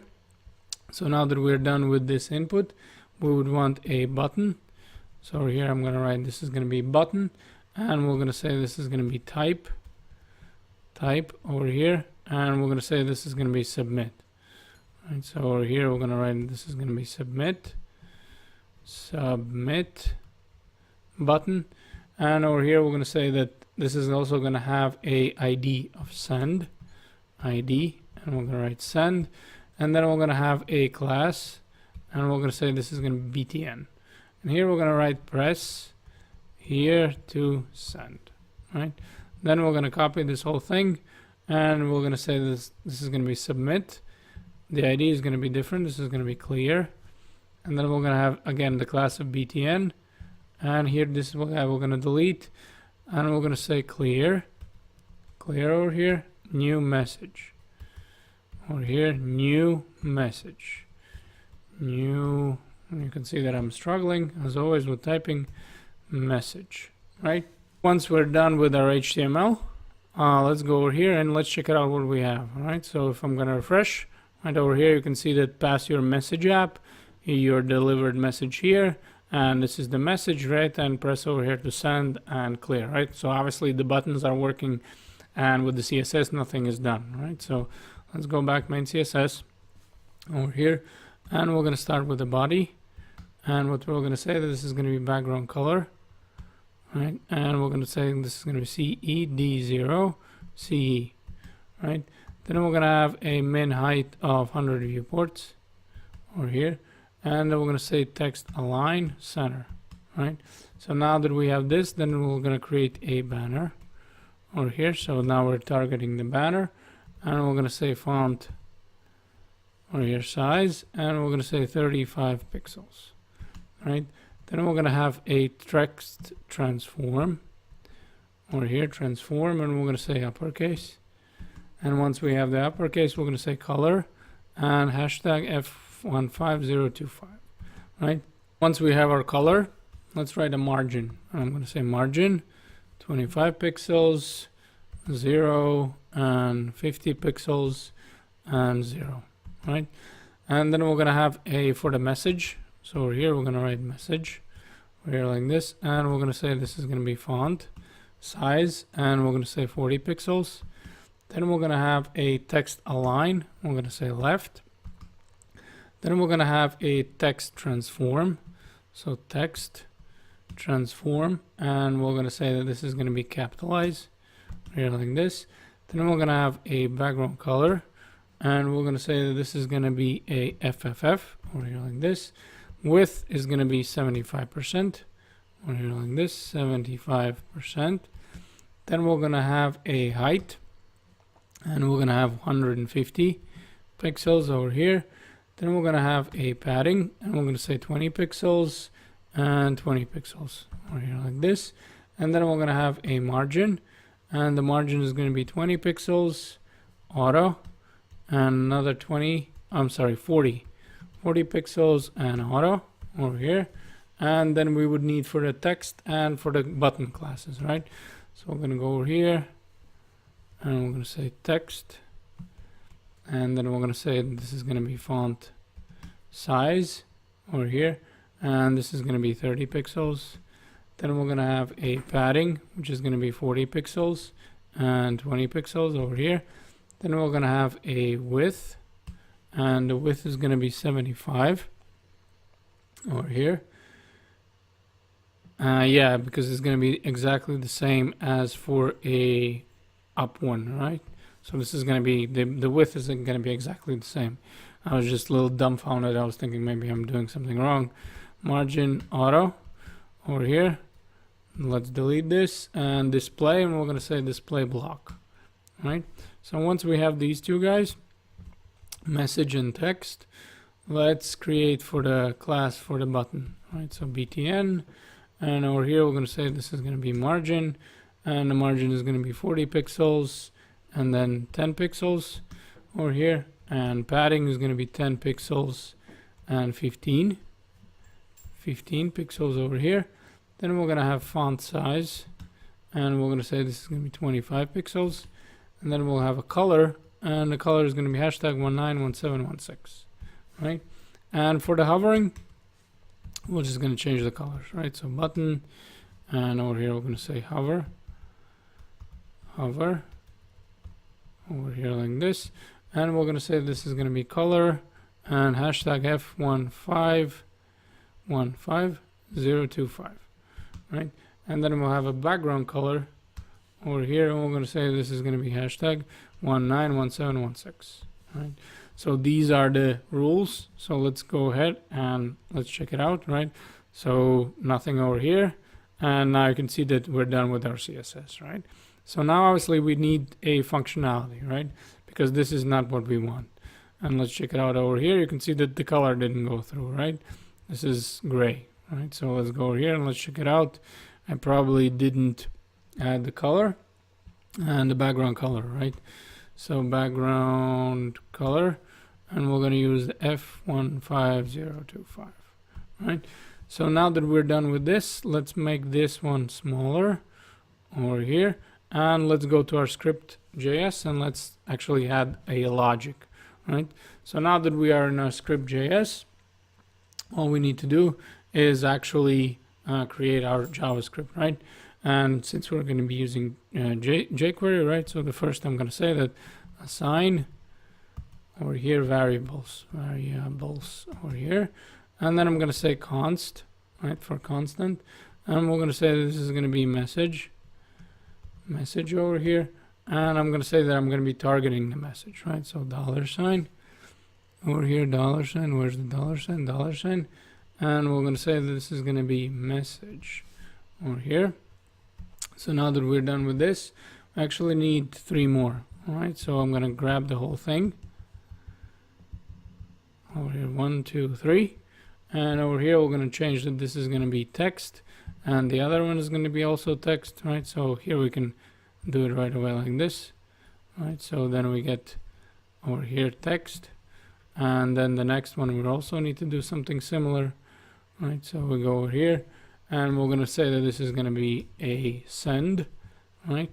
So this is going to be ID of send, and if this one is actually message, then this is ID, and this is also going to be ID. Right, so these are going to be 2 buttons over here, the last 2, right? So I'm going to go over here and I'm going to say this is going to be clear, right? So once we have this, we're actually ready to move on and have the click event, right? So here I'm going to say click event over here like this. Now that we have a click event, let's go over here and let's say that this is going to be send, right? So now I'm targeting over here this button, and I'm going to say once I click, right, something should happen, right? Over here I'm going to say deliver, and over here message. It's kind of a long name, but anyway, what it's going to do. And obviously this is the name of the function, right? So now this is going to be the deliver function over here, function, right? And then we're going to say this is going to be function. So now we need to do a function declaration, deliver message over here, no parameters. But we're going to say that let, right? And we're going to say that this is going to be text value, right? This is going to be our name. And we're going to say that this is going to be equal to a $sign, right? Text. So now we're going and looking for our actual text input, right? And we're going to say val, right? So whatever value is as we're clicking, right? And over here, we're going to put a semicolon. And we're going to say that message, right? So now we're updating. We're going to say message over here HTML, and we're going to say that this is going to be equal to text value, right? So the same, obviously, a variable, right? So now we have this, and let's go ahead and actually have the clear one, right? Clear the field, right? So here we're going to say that we're again targeting clear, right? And we're going to say that this is going to be click event. And here we're going to have a function, right?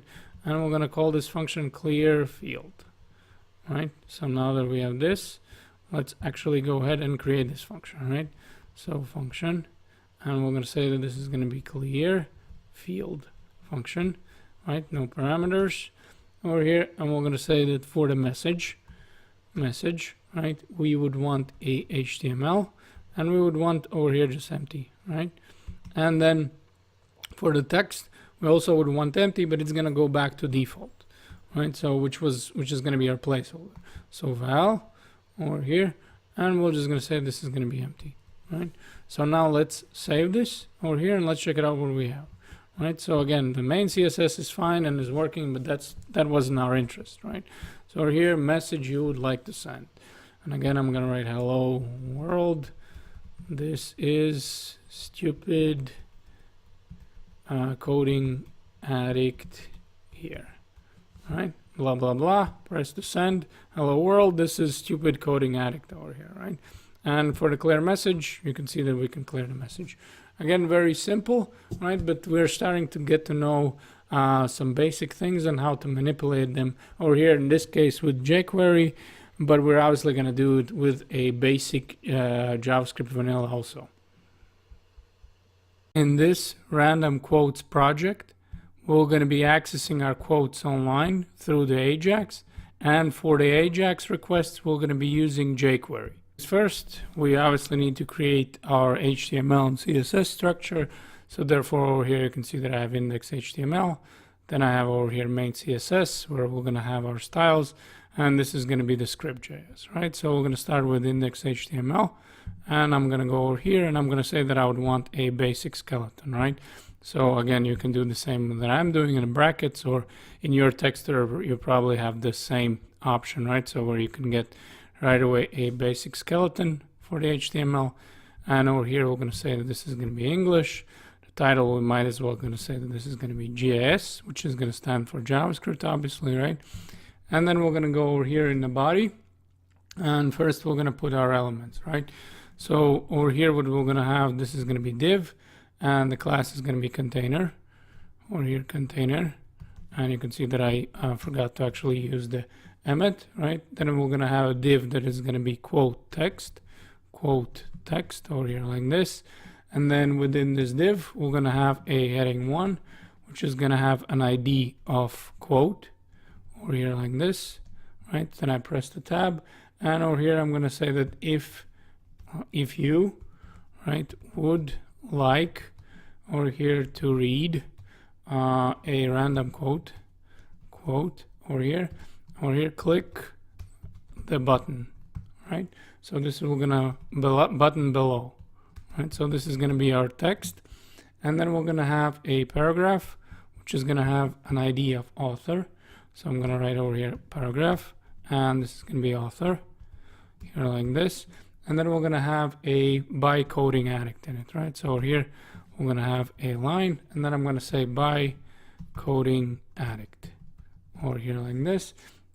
And then once this div is over, right? So once we have worked in this div, still in the container, we're gonna add a button over here. We're gonna say the button is gonna have an ID, and we're gonna say this is gonna be BTN, right? So very naive, right? ID in a normal case, we obviously wouldn't use something like this, but because this project is so small, we can do it like this over here. And I'm gonna say click here.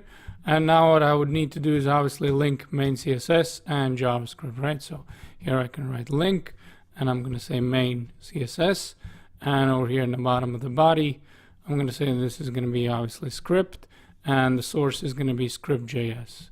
So here source script and script.js. So now that we're done with the HTML, we can go ahead and go to main CSS, right? So I'm going to go to main CSS, and we're going to start applying rules, right? And the first one is going to be for the whole body. We're going to say over here, we're going to say background color over here, and we're going to say that this is going to be CE D0 CE, right? So the kind of grayish one. Then we're going to have min height, and this is going to be 100 viewports. Then we're going to have a text align, and we're going to say this is center. And then we're going to have a padding, which is going to be 100 pixels. Right, and then after that we're going to have a rule for the actual container over here, and we're going to say that the background color is going to be actually white over here, and then we're going to have a width, and we're going to set it actually to 80 viewports over here like this, and then we're going to have a padding of 40 pixels, and then we're going to have a height, and the height is going to be 35 viewports. Right, so over here, height is going to be view height, something like this. So that one is going to be 35. And then we're going to have a border, and we're going to say border left. And this is going to be 3 pixels solid. and we're going to say this is going to be the orange one, 15F205, right? So over here, then we're going to have a quote text over here, quote. I'm going to say text, and the min height is going to be 20, right? So we're going to say min height and 20 view heights over here like this. And then we're going to have a actual container and container heading 1, right? So I'm going to write container and heading 1. And over here, we're going to write that this is going to be font size over here, and we're going to say 50 pixels. And over here, we're going to say this is going to be text align left. Text align not center. We're going to say left over here. And then we're going to have the actual paragraph over here like this. And we're going to say container over here, paragraph. And over here, we're going to have text transform property. So we're going to say text transform, and we're going to say capitalize. Then we're going to have a color, and over here the color again is going to be CED0CE, right? So something like this. Then we're going to have a text align right. Then we're going to have font style italic, right? Style over here, not stretch, actually style. We're going to say this is going to be italic, and then let's actually create a little bit more room so we can work over here.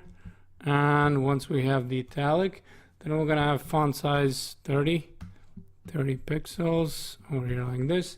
And then we have two more rules, and this is going to be for the button, right? So over here I'm going to say button, and over here I'm going to say margin. Margin top is going to be 30 pixels over here.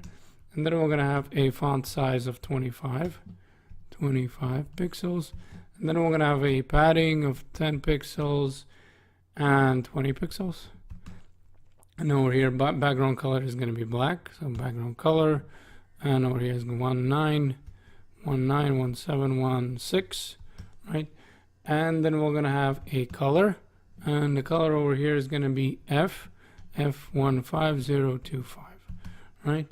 And then we'll have text transform to uppercase. Text transform to uppercase, right? So we're going to go over here and we're going to say uppercase.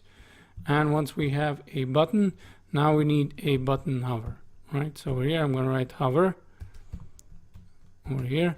And I'm going to say this is going to be color and hashtag 191716, right? And background color is going to be actually orange. So here we're going to say that the background color is over here hashtag F15025, right? And now we can actually save this and check it out what we have without any logic, right? You can see the only thing we probably should fix over here, right? You can see that this button is not in our container. Right? And another thing we should change is actually a min height to 35, right? So we're going to go back to container and we're going to give it a viewport of height of 55, right? So if I refresh over here, now we have 55. Now we're actually ready to go to our script JS over here and start applying the logic. Since we're going to be working with a jQuery, don't forget to include the CDN or download the jQuery, right? Or here you can see that I'm using a Google Developers where I'm getting my CDN, but obviously you can get it anywhere. And once we're in our script, we obviously need to make a Ajax request, right? So over here, what the first thing that I'm going to do is I'm going to set up variables, right? So I'm going to write over here variables over here like this. And then I'm going to say that this is going to be, first one is going to be const, right? And this is going to be equal to actually button over here like this. And then we're going to say that this is going to be a $sign again, right? And we're going to say that this is going to be a BTN over here. And then we're going to copy these two times over here like this, 1, 2. And then we're going to say this is going to be quote, and then this is going to be quote. Right, so we're going to be targeting again IDs, quote, and this is going to be a author, right? So author over here, and this is going to be author, right? Once we have set up the variables, right, we have one more variable that we actually want to set, right? So over here, I'm going to say this is going to be const, over here const, and this is going to be the actually URL. And this is going to be URL for the GitHub where I created our JSON object, right? So here I'm going to say this is going to be a HTTPS over here with two T's and PS over here. Then I'm going to say this is going to be colon, and then we're gonna write this is gonna be coding, and this is gonna be addict, and over here we're gonna say LA, and then this is gonna be GitHub, and this is gonna be IO, and over here this is gonna be / random, and we're gonna say quotes, and then we're gonna say quotes JSON, right? So quotes, and we're gonna say JSON.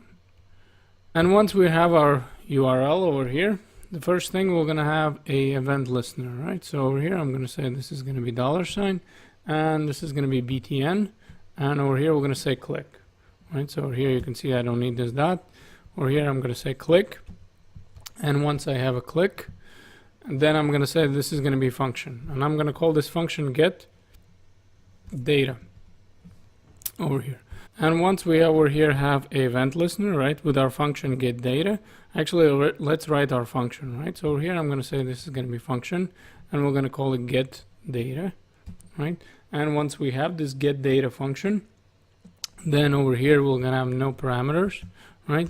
And over here we're going to say that this is going to be a get JSON, right? So over here we're going to say $, we're going to write get, and we're going to say JSON. And over here, we're going to say that this is going to be a URL, right? So now you can see why we created our URL over here, right? So this is going to be a URL where we're getting that data. And over here, we're going to have a function that what we're doing with that data, right? So here, I'm going to call this function JSON data over here like this. And then we're done with this function, right? So let's work with the JSON data function. So over here, I'm going to go down, and I'm going to write that this is going to be a function declaration, JSON data, right? So and obviously it needs to match, right? So JSON data. And over here, I'm going to say that this is going to have a parameter of data, right? And this is the data that we're actually getting back, right? And we're going to be getting back as our JSON object. So what we're going to do is we're going to go over here, and we're going to say that this is going to be let, and we're going to say random. We're going to first create our random number that we're actually, every time once we press the button, it's actually going to be getting our quote. So over here, I'm going to say math floor over here, and then we're going to say this is going to be math random, and over here we're going to have a quotes, right? And then we're going to have a data length. So we're going to multiply this. We're going to say this is going to be data over here length, right? So what we're talking about is now we're saying that this should multiply by the length of our JSON, right? That's coming back over here. So once we have this, then we actually set a quote HTML and author HTML, right? So we would want to change the HTML of those two. So over here, I'm going to say that this is going to be a $. Then we're going to say a quote, and we're going to say this is going to be HTML, and this is going to be a span. So here we're going to say this is going to be a span, something like this. And then we're going to have a double quote over here, and then we're going to have another span. So we're going to write span over here, but obviously we need closing over here, span over here like this. And then we're going to write that this is going to be a data random, right? So this is going to be a number. So we're saying random. This is our number, and then we're going to have a quote. Right, so over here we're going to say this is going to be our quote, and then we're going to have another span. So over here we're going to write that this is going to be a span, something like this. So we might as well can actually copy and paste this guy over here like this, copy, and over here we're going to go back and we're going to paste this. And once we have this, the last thing is the actual author, right? So we're going to go back over here, and we might as well can copy and paste it, copy and paste this, and over here instead of HTML, no, I'm sorry, HTML is going to stay the same. The value is actually going to change, right? So we're going to say author, right? And instead of the quote, this is actually going to be a author, right? So we're going to write author, and we can just delete this guy. This is not necessary, right? And before we do that, actually right away I can see that there's a mistake, right? So you can see that with the quote, I didn't spell it correctly, right? So over here, this is quote, and this is quote, right? So we're going to go back over here, and we're going to write this is going to be quote. And in our document, you can see that everything is working, right? As I'm pressing over here, everything is clicking and everything is working fine.